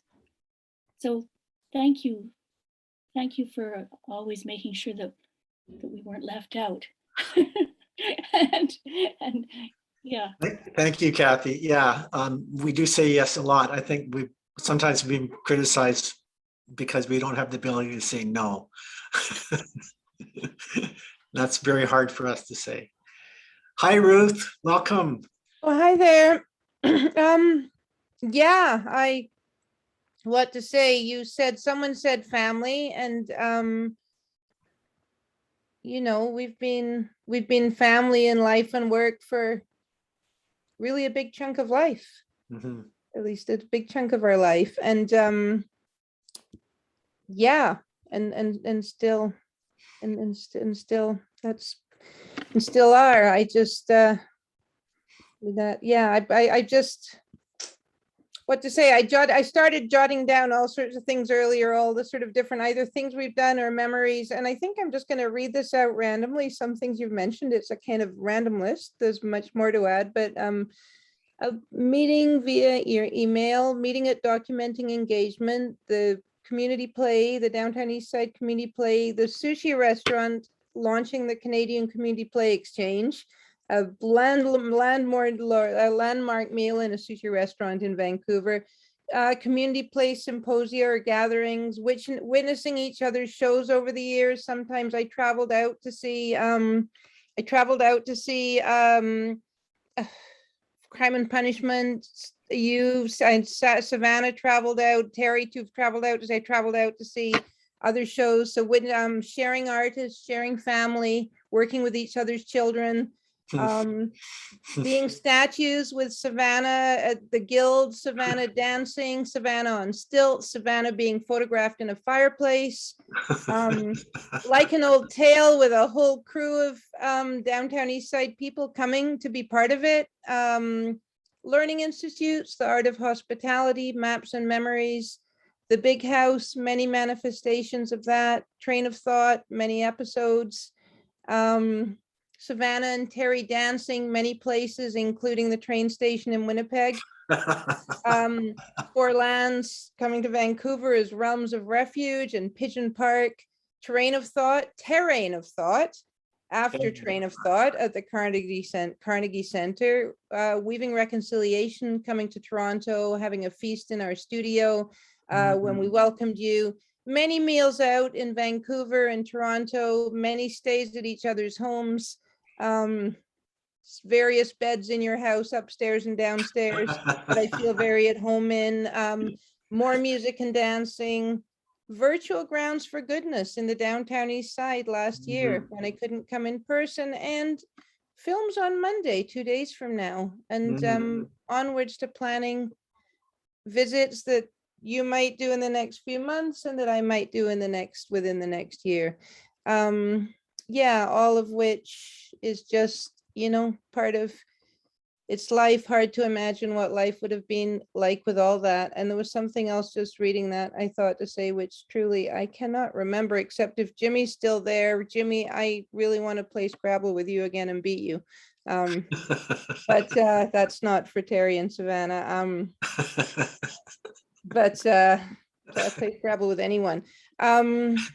No, there was something else I wanted to say particularly, but it has, just give me one moment. No, I don't know. Just lots of love, lots of sharing back and forth. Pleasure, like that's the other thing you said, sister sibling organizations, even just asking anything, asking for advice, asking, do you have this? Do you know how to do that? Terry, what kind of, you know, spreadsheet do you use for your festival? What kind of template do you have for this? What do you think as some challenge that's happened, something we're going through? It's really like hand in hand through all of it, and so much shared life, so much shared value that's sort of there to count on. And love you both so much. So grateful you're in my life and my work. Thank you, Ruth. Thank you. I should mention here, you know, very brief anecdote. So Ruth was staying in our place, and I was saying we stopped applying to the Canada Council. We were fed up. They weren't interested in funding us. And so we hadn't made an application for 5 or 6 years. And Ruth said, I think there's a grant for you. And we went to the website and she said, oh, we go to this page. And we went down to that page. And then we got to this other list and we went down this long list. And we went over to another page and down another long list, and buried way in the back in a place I would have never found in a million years was a grant. I can't remember, it was a community engaged art grant or whatever it was. And Bruce said, this is the one you should apply for. And we did, and we were successful. And we applied for it. And I think it was that one that they wrote back and said, congratulations, you're now an operating company with the Canada Council. And I said, I thought we were just applying for a project grant. And they said, no, you've applied as an operating company. So that kind of collegial knowledge is so important, and that had a huge impact on our company, Ruth. So thank you very much. Yeah, and there's many things in the other direction as well. It's really fair. It's really fun to share the artistic values and work, and the kind of the kind of organizational intensity and obsession and details that need to go behind making the art happen the way you want. And that's Exactly. that's another sort of the kind of nerdiness behind it, as well as the art that comes out of it. Yeah. Thank you. I just got a note from Savannah, running a little bit behind, Terry. We need to move forward. Thank you, guys. Kathy. Thank you, Ruth, for coming and joining us. And now we're going on to Renae, Morriseau, and Rose. Hope you guys are still here. I know it's a long time. We're almost, we're an hour and 50 minutes in. Renae, can we hear you? Hi, Renae. Hi there. How are you? Hi. Very good. So lovely going through all these memories with you. It's so great. And of course, to see Kathy and Ruth and just so understand those intermeshed stories. So it's so awesome. And you guys have been intermeshed with our lives for, gosh, I forget how long. Well, So I will say how long they've been enmeshed with our lives, definitely since 2003. There may have been threads before then, but those are the ones that I remember from the community play. Very much at the heart of it, Renae as a co-writer and Rose Georgeson as a story contributor and community outreach person. And the journeys are of the friendships, the journeys, the collegial relationships, the teachings have been and continue to be such a profound journey of weaving reconciliation our own way, in our own imperfect way, in our own learning way, and stumbling as we go, but continuing to move forward. That they've been part of the projects. We're all in this together, missing, story weaving reconciliation our way, the big house piece, and a whole variety of relationships, from dramaturge to co-playwrights to culinary artists to storytellers to cultural teachers to singers, etc. Really key in the productions that have been a weaving together of kind of dramatic story with cultural encounters and cultural work, and that they've been really foundational in helping us this journey of navigating Indigenous protocols, cultural terrain, and in journeys where they've been moving from engaging Indigenous artists to projects that are Indigenous led and centered, to seeing the projects unfold that each of them are engaged on and organizing and overseeing as well. Both of them are part of the openings, part of the fire hall cultural sharings that are happening during this festival. I hope that you have a chance to catch these. It's an ongoing living and learning journey. And I just have huge gratitude and thankfulness for your patience, for mistakes, learnings, the stepping stones, and valuing a relationship that continues. Thank you. Thank you, Savannah. And we're going to take you, I'm going to try to move quickly as I can through You don't need to talk about them. You can show them in the we're all in this together with Rosemary Georgeson, Addiction and Healing in the Downtown Eastside The Shadows Project. And then we go on to Story Weaving, which is a big production at the Vancouver Aboriginal Friendship Center. And then we go on to the Story Weaving cast with an amazing group of people, some of who've no longer with us. And we send special thanks to Woody Morrison, their dear uncle, in the crowd there with holding the drum. And then we have Rose in her favorite place, in the kitchen. That was the integration of culinary practice with performance work.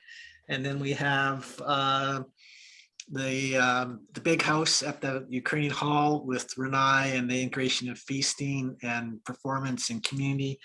Then we have the track symposium, which this is the protocol work that we were doing as part of the track symposium. And we put together a steering committee, which later became known as the family.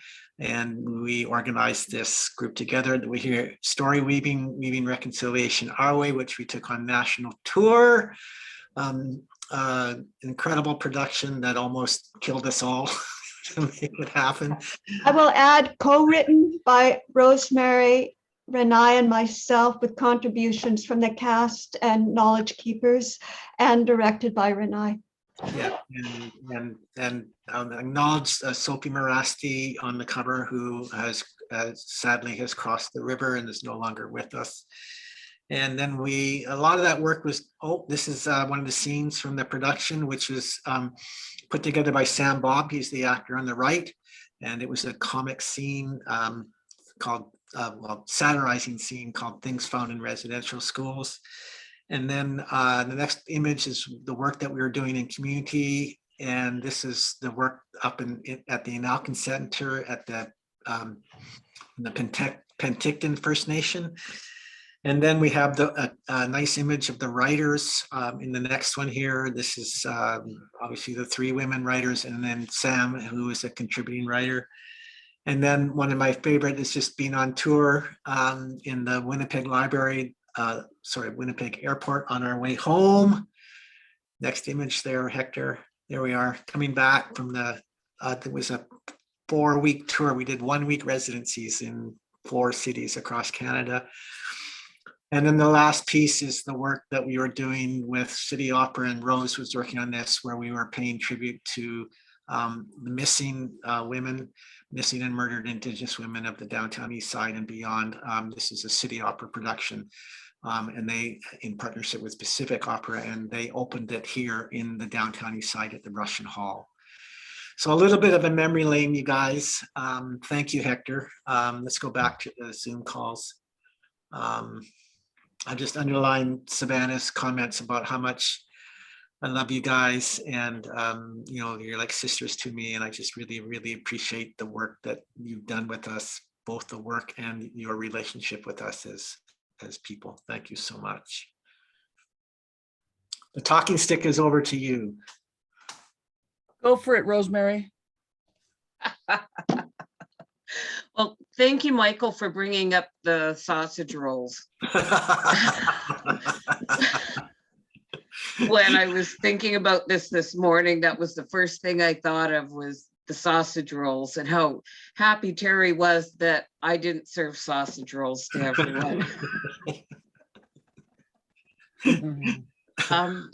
What an incredible ride it's been, with, since I met you both back in 2003, and where we've gone, what we've done. To me, it's just incredible and amazing, powerful, healing. And I thank you both so much. And Renae, without all 3 of you, maybe I'd still be working a fish boat somewhere. I don't know. This is much more relaxing, almost. I love you both, all 3 of you. Thank you. Thank you, Sister Rose. Thank you. It has been a journey.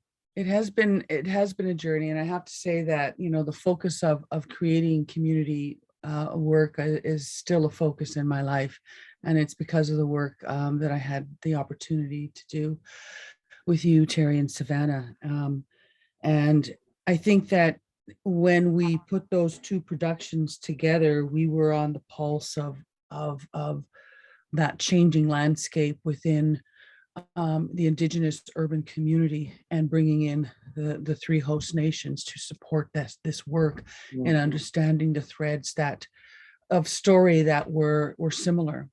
And Rosemary's story of the fishery and of women in the fishery is something that is still evolving and still moving through her life, and in the threads of story engagement that she does today. So for all of you, thank you for allowing me to participate in the story creations and in community. And just another person in the photo of the story weaving was Muriel. And we absolutely love Muriel, and I fondly remember her her tenacity, her like, what about this? What's happening now? So I mean, there was some really beautiful moments with Muriel, and as with Woody Morrison.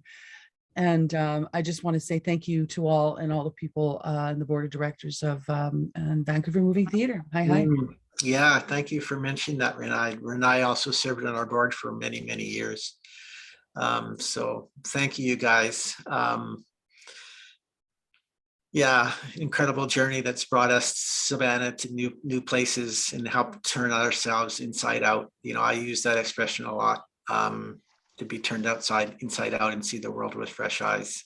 And that certainly has happened through the work with you guys. And I'm just so grateful for our relationship with you, and look forward to continuing the journey with you down the road.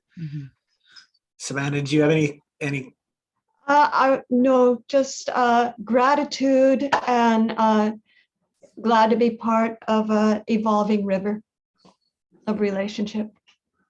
Hi, Savannah. Thank you, guys. And now we're getting close to the end, guys. We got Mr. John Endo Greenaway, and then we have some responders, which is my son and Montana, and Mildred, waiting in the wings. Well, they're here in the room, but they're going to say a few words. And Kat Norris too, Terry. And our elder, elder in residence, Kat Norris, she's going to take us out. Mr. John Endo Greenaway, Jono, welcome. So glad that you're here. Great to be here. Oh boy, our relationship goes back decades. Well, it goes back certainly into the 80s, the 1980s. Not the 70s. What? If not the 70s, I don't know.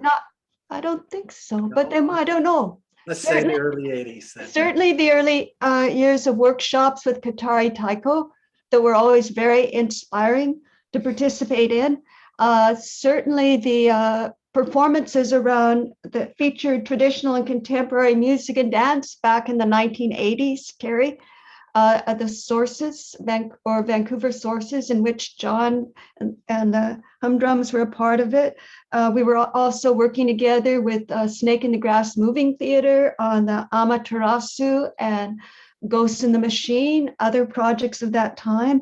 I was part of a number of performances during the Strathcona Artists at Home. He performed the drums with part of Runner's Tale 3 months after Montana's birth, and concerts of celebrating taiko roots against the current, and then shifting, the relationship of moving through these rivers of rhythm, through rivers of images. And we've worked with John as a graphic designer, certainly from the early 2000s. And he has this way of seeing into the heart of the production or the festivals, of the theme, the concerns. And he has a way of bringing this out into visual image that captures so deeply the heart of where we're striving for, that we then need in turn to strive to meet the depth of what that image is carrying as well.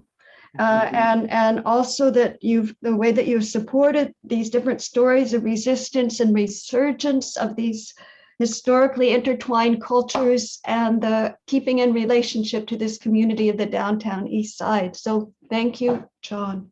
Yeah, thank you, John. And we have a little bit of a slideshow here, some of the images, just a few of the things that John has done for us in the past. And first one, John, this one came out. Amaterasu at the Vancouver's Culture Center with Kokoro dance. And that's me in the mask and Savannah with the red mask and Savannah, the other character. And you were a percussionist in this show. Carry a correction at Snake in the Grass Moving Theater that we were working with. Okay, my apologies. Snake in the Grass. And then the next image is the Drums of Strathcona show, which you were very involved with in terms of putting together this amazing production. And you bringing in that big taiko stream that you were working on. And then we have the East End Blues and all that jazz. You did this design, and I wanted to bring this one particularly forward because we didn't have an opportunity to mention this production and pay tribute to Thelma Gibson there on the cover. And we're sending Thelma her love right now because she's in the hospital and she's struggling right now. And then we have the Tales of the East Side Lantern, a production that we did here about 2 or 3 years ago, 2019, that you did the design work for. And then we have the next image I love this image of the East Side Stories. And this is John's, one of the things I like about John is you say, I have this idea and it's sort of like this. And he says, let me think about it. And then he comes back and he shows you this incredible image. And I just love this image of the tree coming out of the ground with all the expressions of values from the community.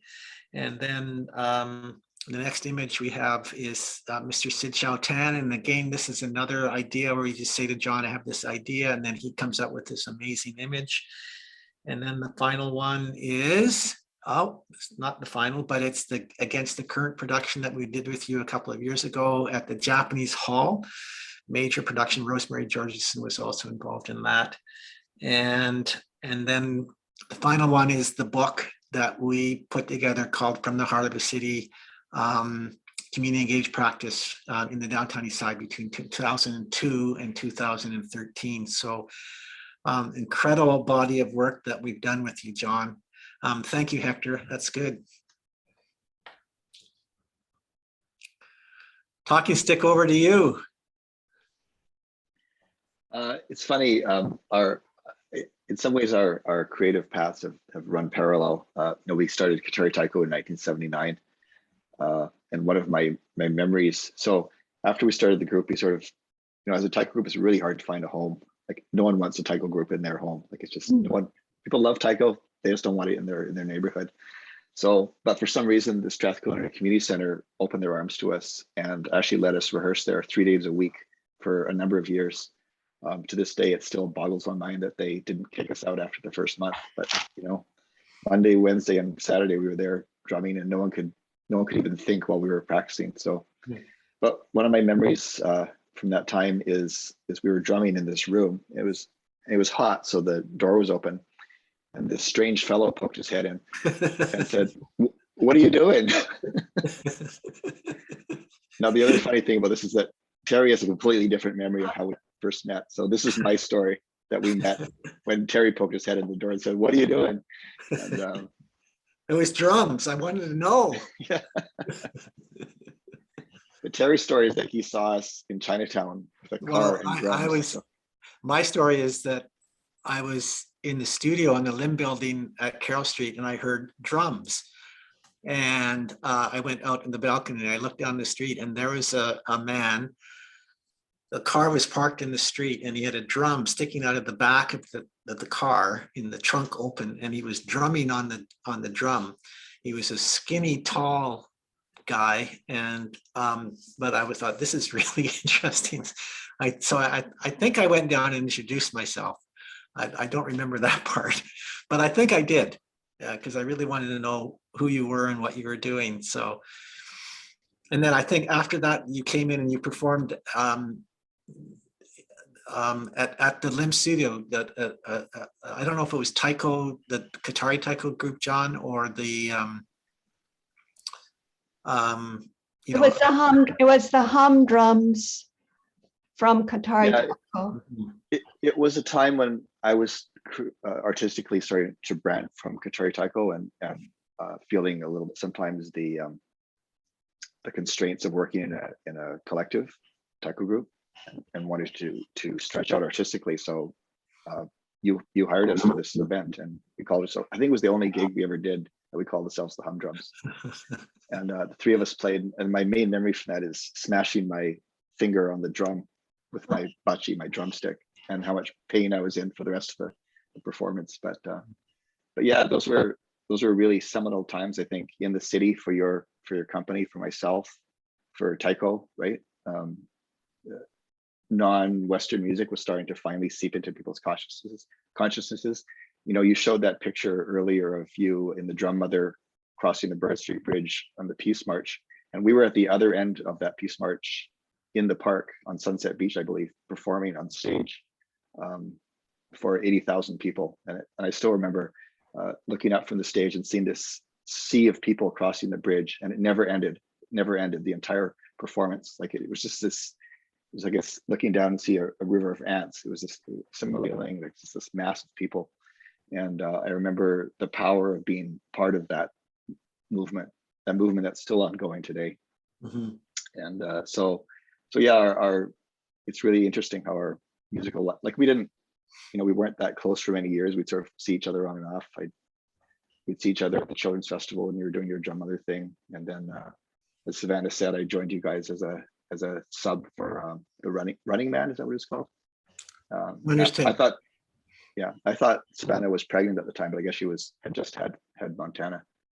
And then of course how it morphed into this relationship as graphic designer and client graphic designer relationship. But I think it goes beyond that to a really enduring relationship. And I really appreciate your support of me, you know, over the years as a designer, and the respect you show my work and your gratitude is really heartwarming, you know, as someone who tries to pour himself into his work and really give everything he has, you know, to whatever project he's working on. And I really feel the reciprocal relationship there between us, and I highly value it.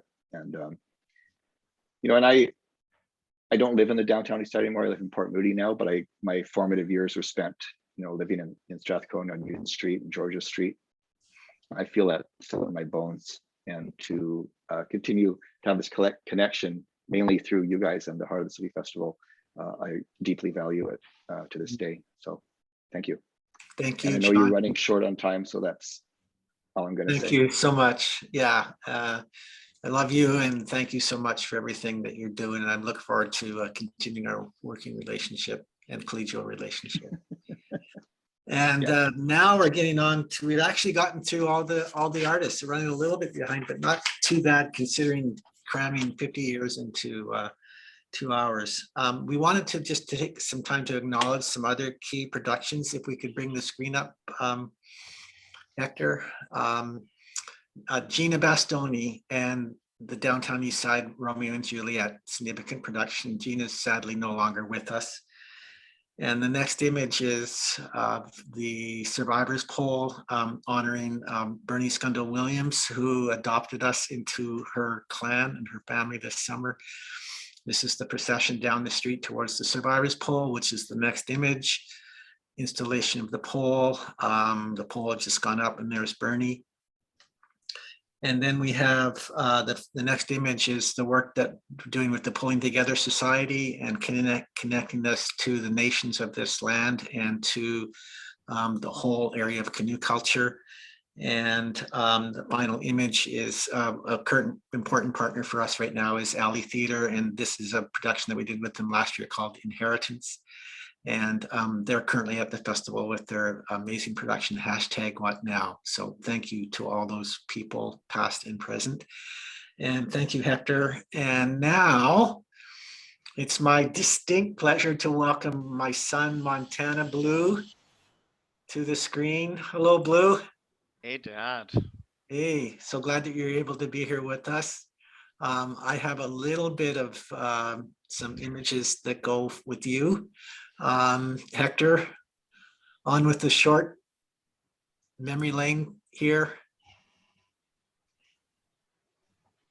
Montana's in Ottawa, for those of you who don't know, and is now officially a federal servant. for the government of Canada. As of about 24 hours ago. Yeah. So very new. I'm also, you can't see it, it's a little cold here, but I'm repping a Heart of the City t-shirt underneath my sweater right now. So. All right. So perhaps Terry, Montana. Hector, could are be those a images going to come one. up? Hector, next one called Montana. Yeah, there we go. So there you are, like right from the beginning. So you were, Savannah was still dancing with you inside her when she was pregnant. And then you were born. I think you're maybe 3 or 4 months old at this point. And this is a David Cooper photo shot. So theater family right from the beginning. And then the next image, Hector, is you were 2.5 years old here, and you and I did a lot of contact improv together, and we did a dance piece, and we did it at the Far Hall Arts Center, and then took it on tour to Calgary. It's a very memorable image for me. And the next one here is again a nod to Pepe and the samba band work. And I started a samba band in a kids percussion ensemble in Strathcona. This is the Strathcona Kids Dragon Band, and that's you down front there.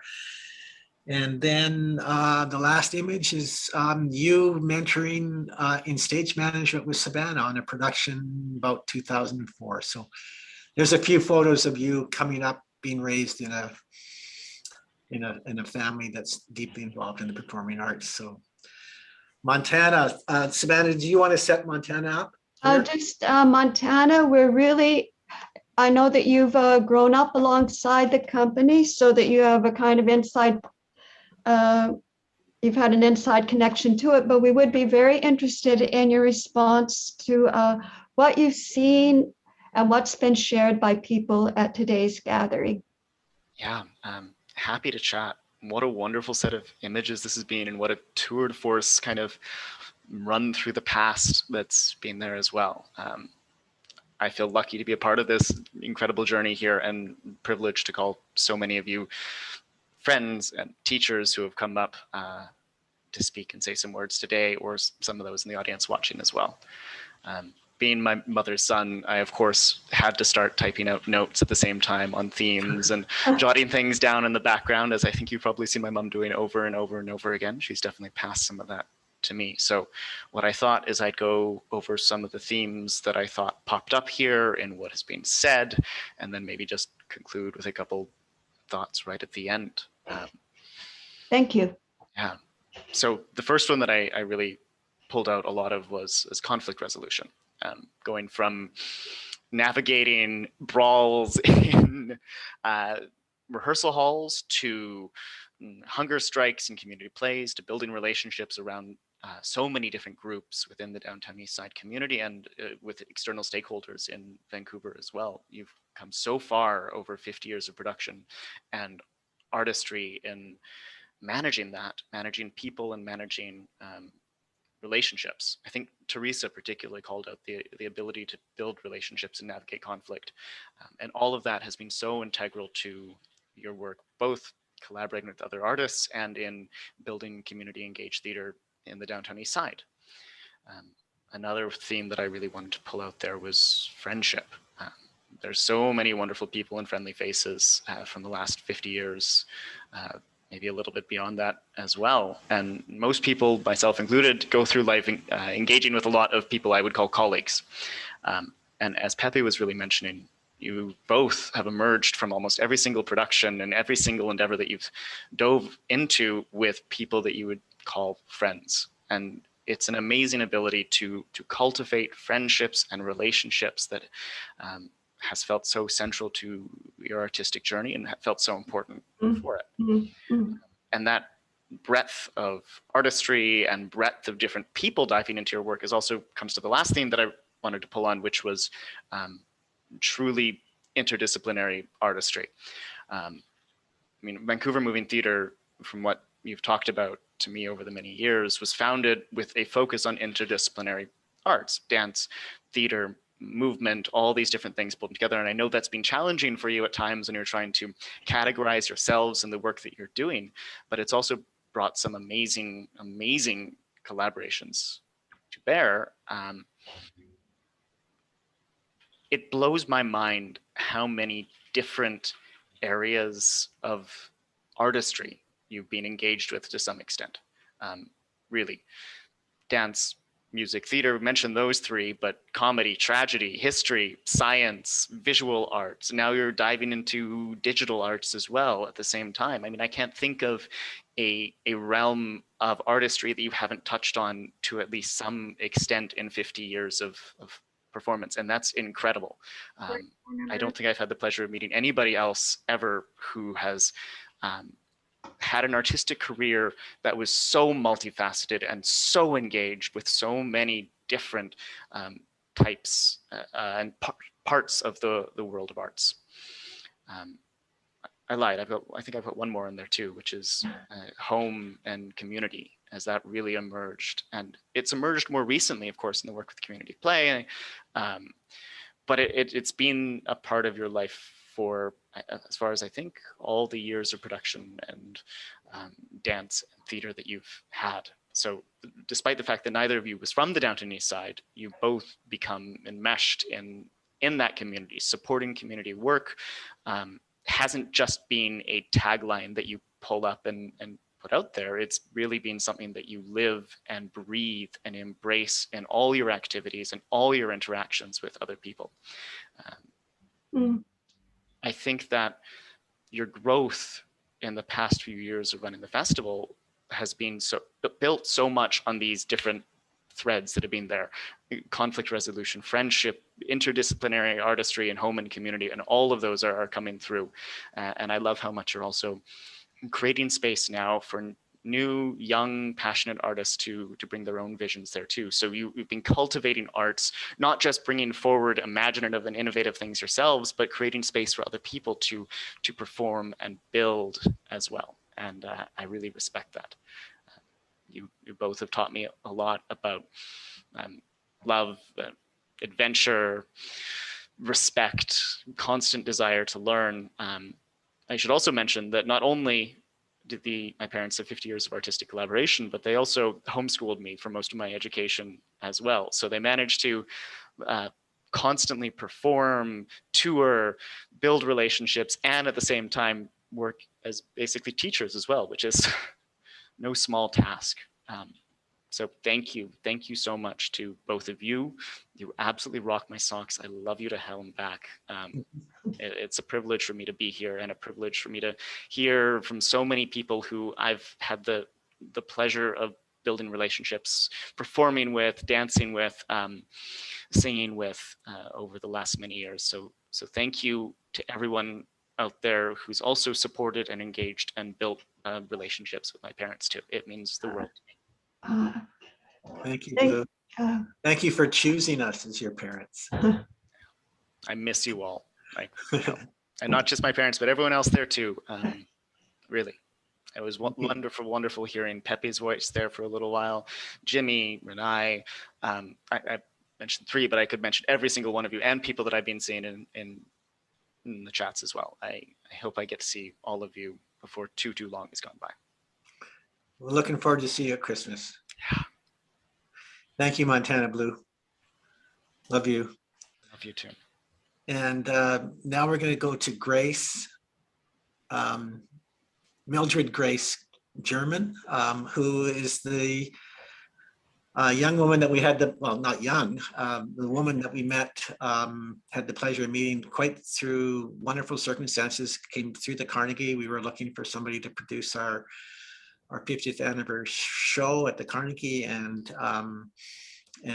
Beverly Walker at the community center suggested Mildred, and we went down and met her, and we just hit it off. Hi, Mildred.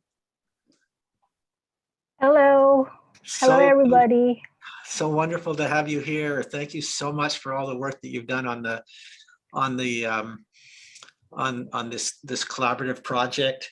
I think we showed that the booklet. Can we bring that up again? I'm going to say, Terry, I would like to invite Mildred to share of your response to both what you've heard today, and also with in mind your response to having been creating this photo exhibit that is on the 3rd floor of the Carnegie Community Center until November 27th. Yeah, but it's been a great pleasure and an honor to work with you and very much fun. And we are just really interested in your response to what you've encountered. It has been a pleasure working with you, Savannah and Terry, for the past weeks for the 50-year collaboration exhibition. And I'm really thankful for the opportunity. It has been wonderful. I've learned a lot. And just looking at the pictures, there's so much wisdom in it because most of these pictures were taken before I was born. So for me to look at the precious moments, it really brings to me the long commitment, the passion, the joy of the artists they work with, the strong values of community, and of course, the gem of the Downtown East Side. And we know that, you know, the East Side is home and a hub for a lot of artists. And with that, I am very grateful to be one of the artists that also came from the Downtown East Side. When I was younger, art has been my refuge, and the area has provided me the right people, places, and community to support me and open arms and doors for me to see and reflect on my own passion and dreams. Being a newly arrived Filipino youth during that time, it was hard for me to even belong. And with arts, it has put me grounded. And I always share that through the community, I learned all the skills and I acknowledge all the wisdom exhibition. It has been 50 years for many of our community members in there. We are given the seeds. We are given the seeds in the community, and it has been reflected through the work of the Heart of the City Festival of the Carnegie Community Center and all the artists who participated to bring the gatherings of art and workplaces in the area.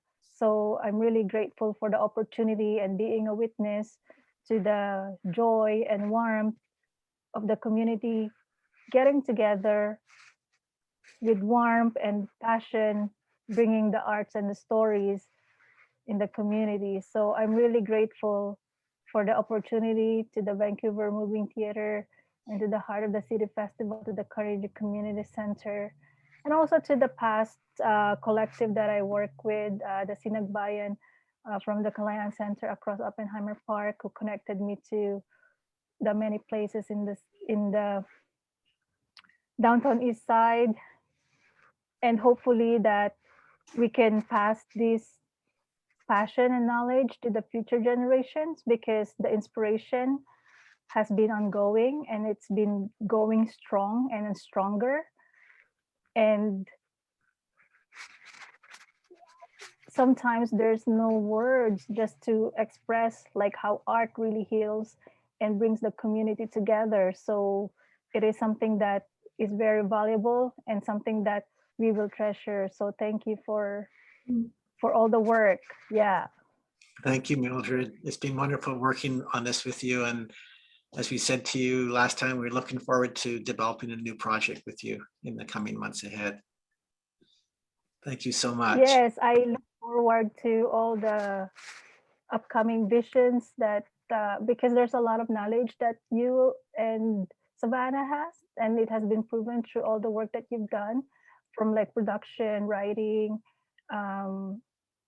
like what we talk about in the opening, like some people said, it feels like it's been destined for you to be doing the Heart of the City Festival, because it has been a big part of the community. And it has forefronted the stories of the artists and the community members as well. So thank you for all the work that you do and hopefully that we can continue the art passion and commitment for Thank more you. generations. Thank you. Thank you, Mildred. Yeah. And thank you, everyone.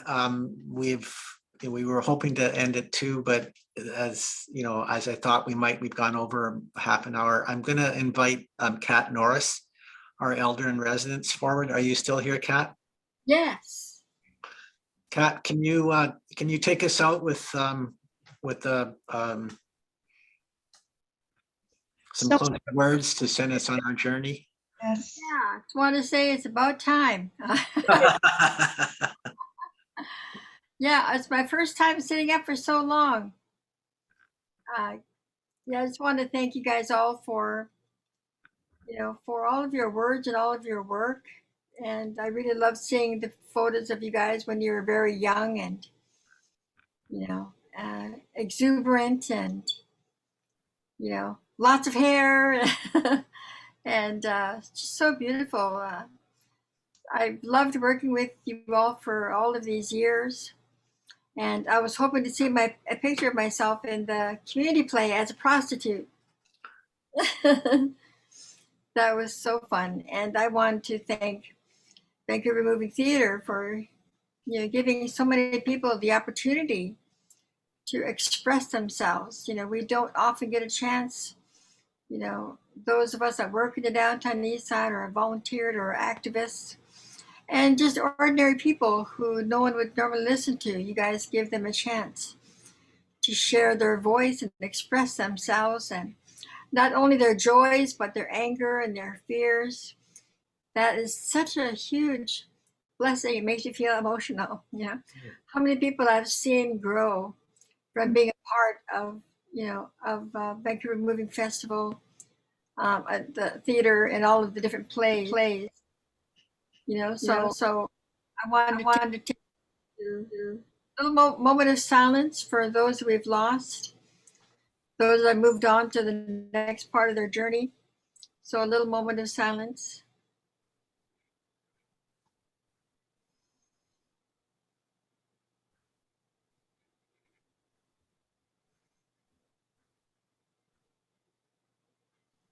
Blessings sent up to them. They're part of us here. This is a sacred circle. When we gather together in a good way, this becomes a sacred circle in our teachings.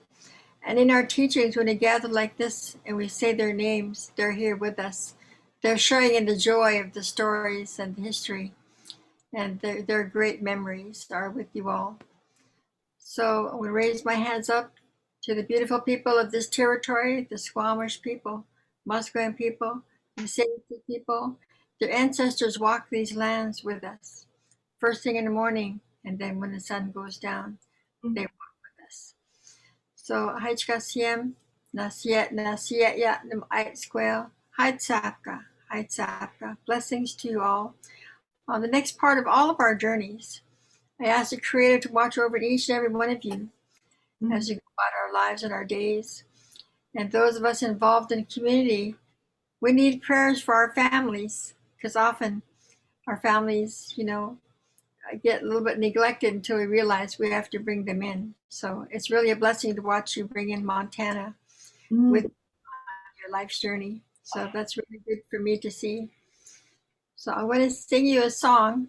I can't hear out of my left ear, so hopefully I sing it right.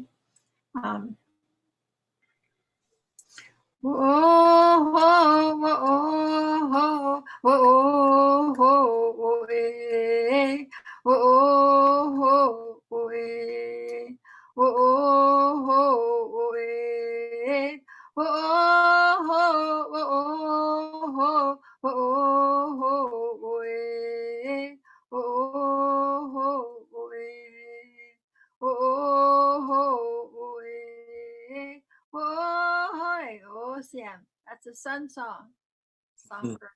You guys have a great day. Good to see all of you. Thank you, Kat. Thank you for taking us out in such a good way. Thank you. Thank you, everyone, for joining us. It's a real pleasure to see you all. I'm sorry I can't recognize you. No other Heather, Ellie, Ruth, Kim, Iwana, Joya, Grace, just some Patty. Thank you, and all the others and Sharon. Hi, Sharon. Oh my gosh, good to see you. Thanks for joining us. So thank you, everyone. We look forward to continuing our conversation and talking with you and living and working with you. And we wish you all the best as you journey down the road. Take care, everyone, and thank you so much.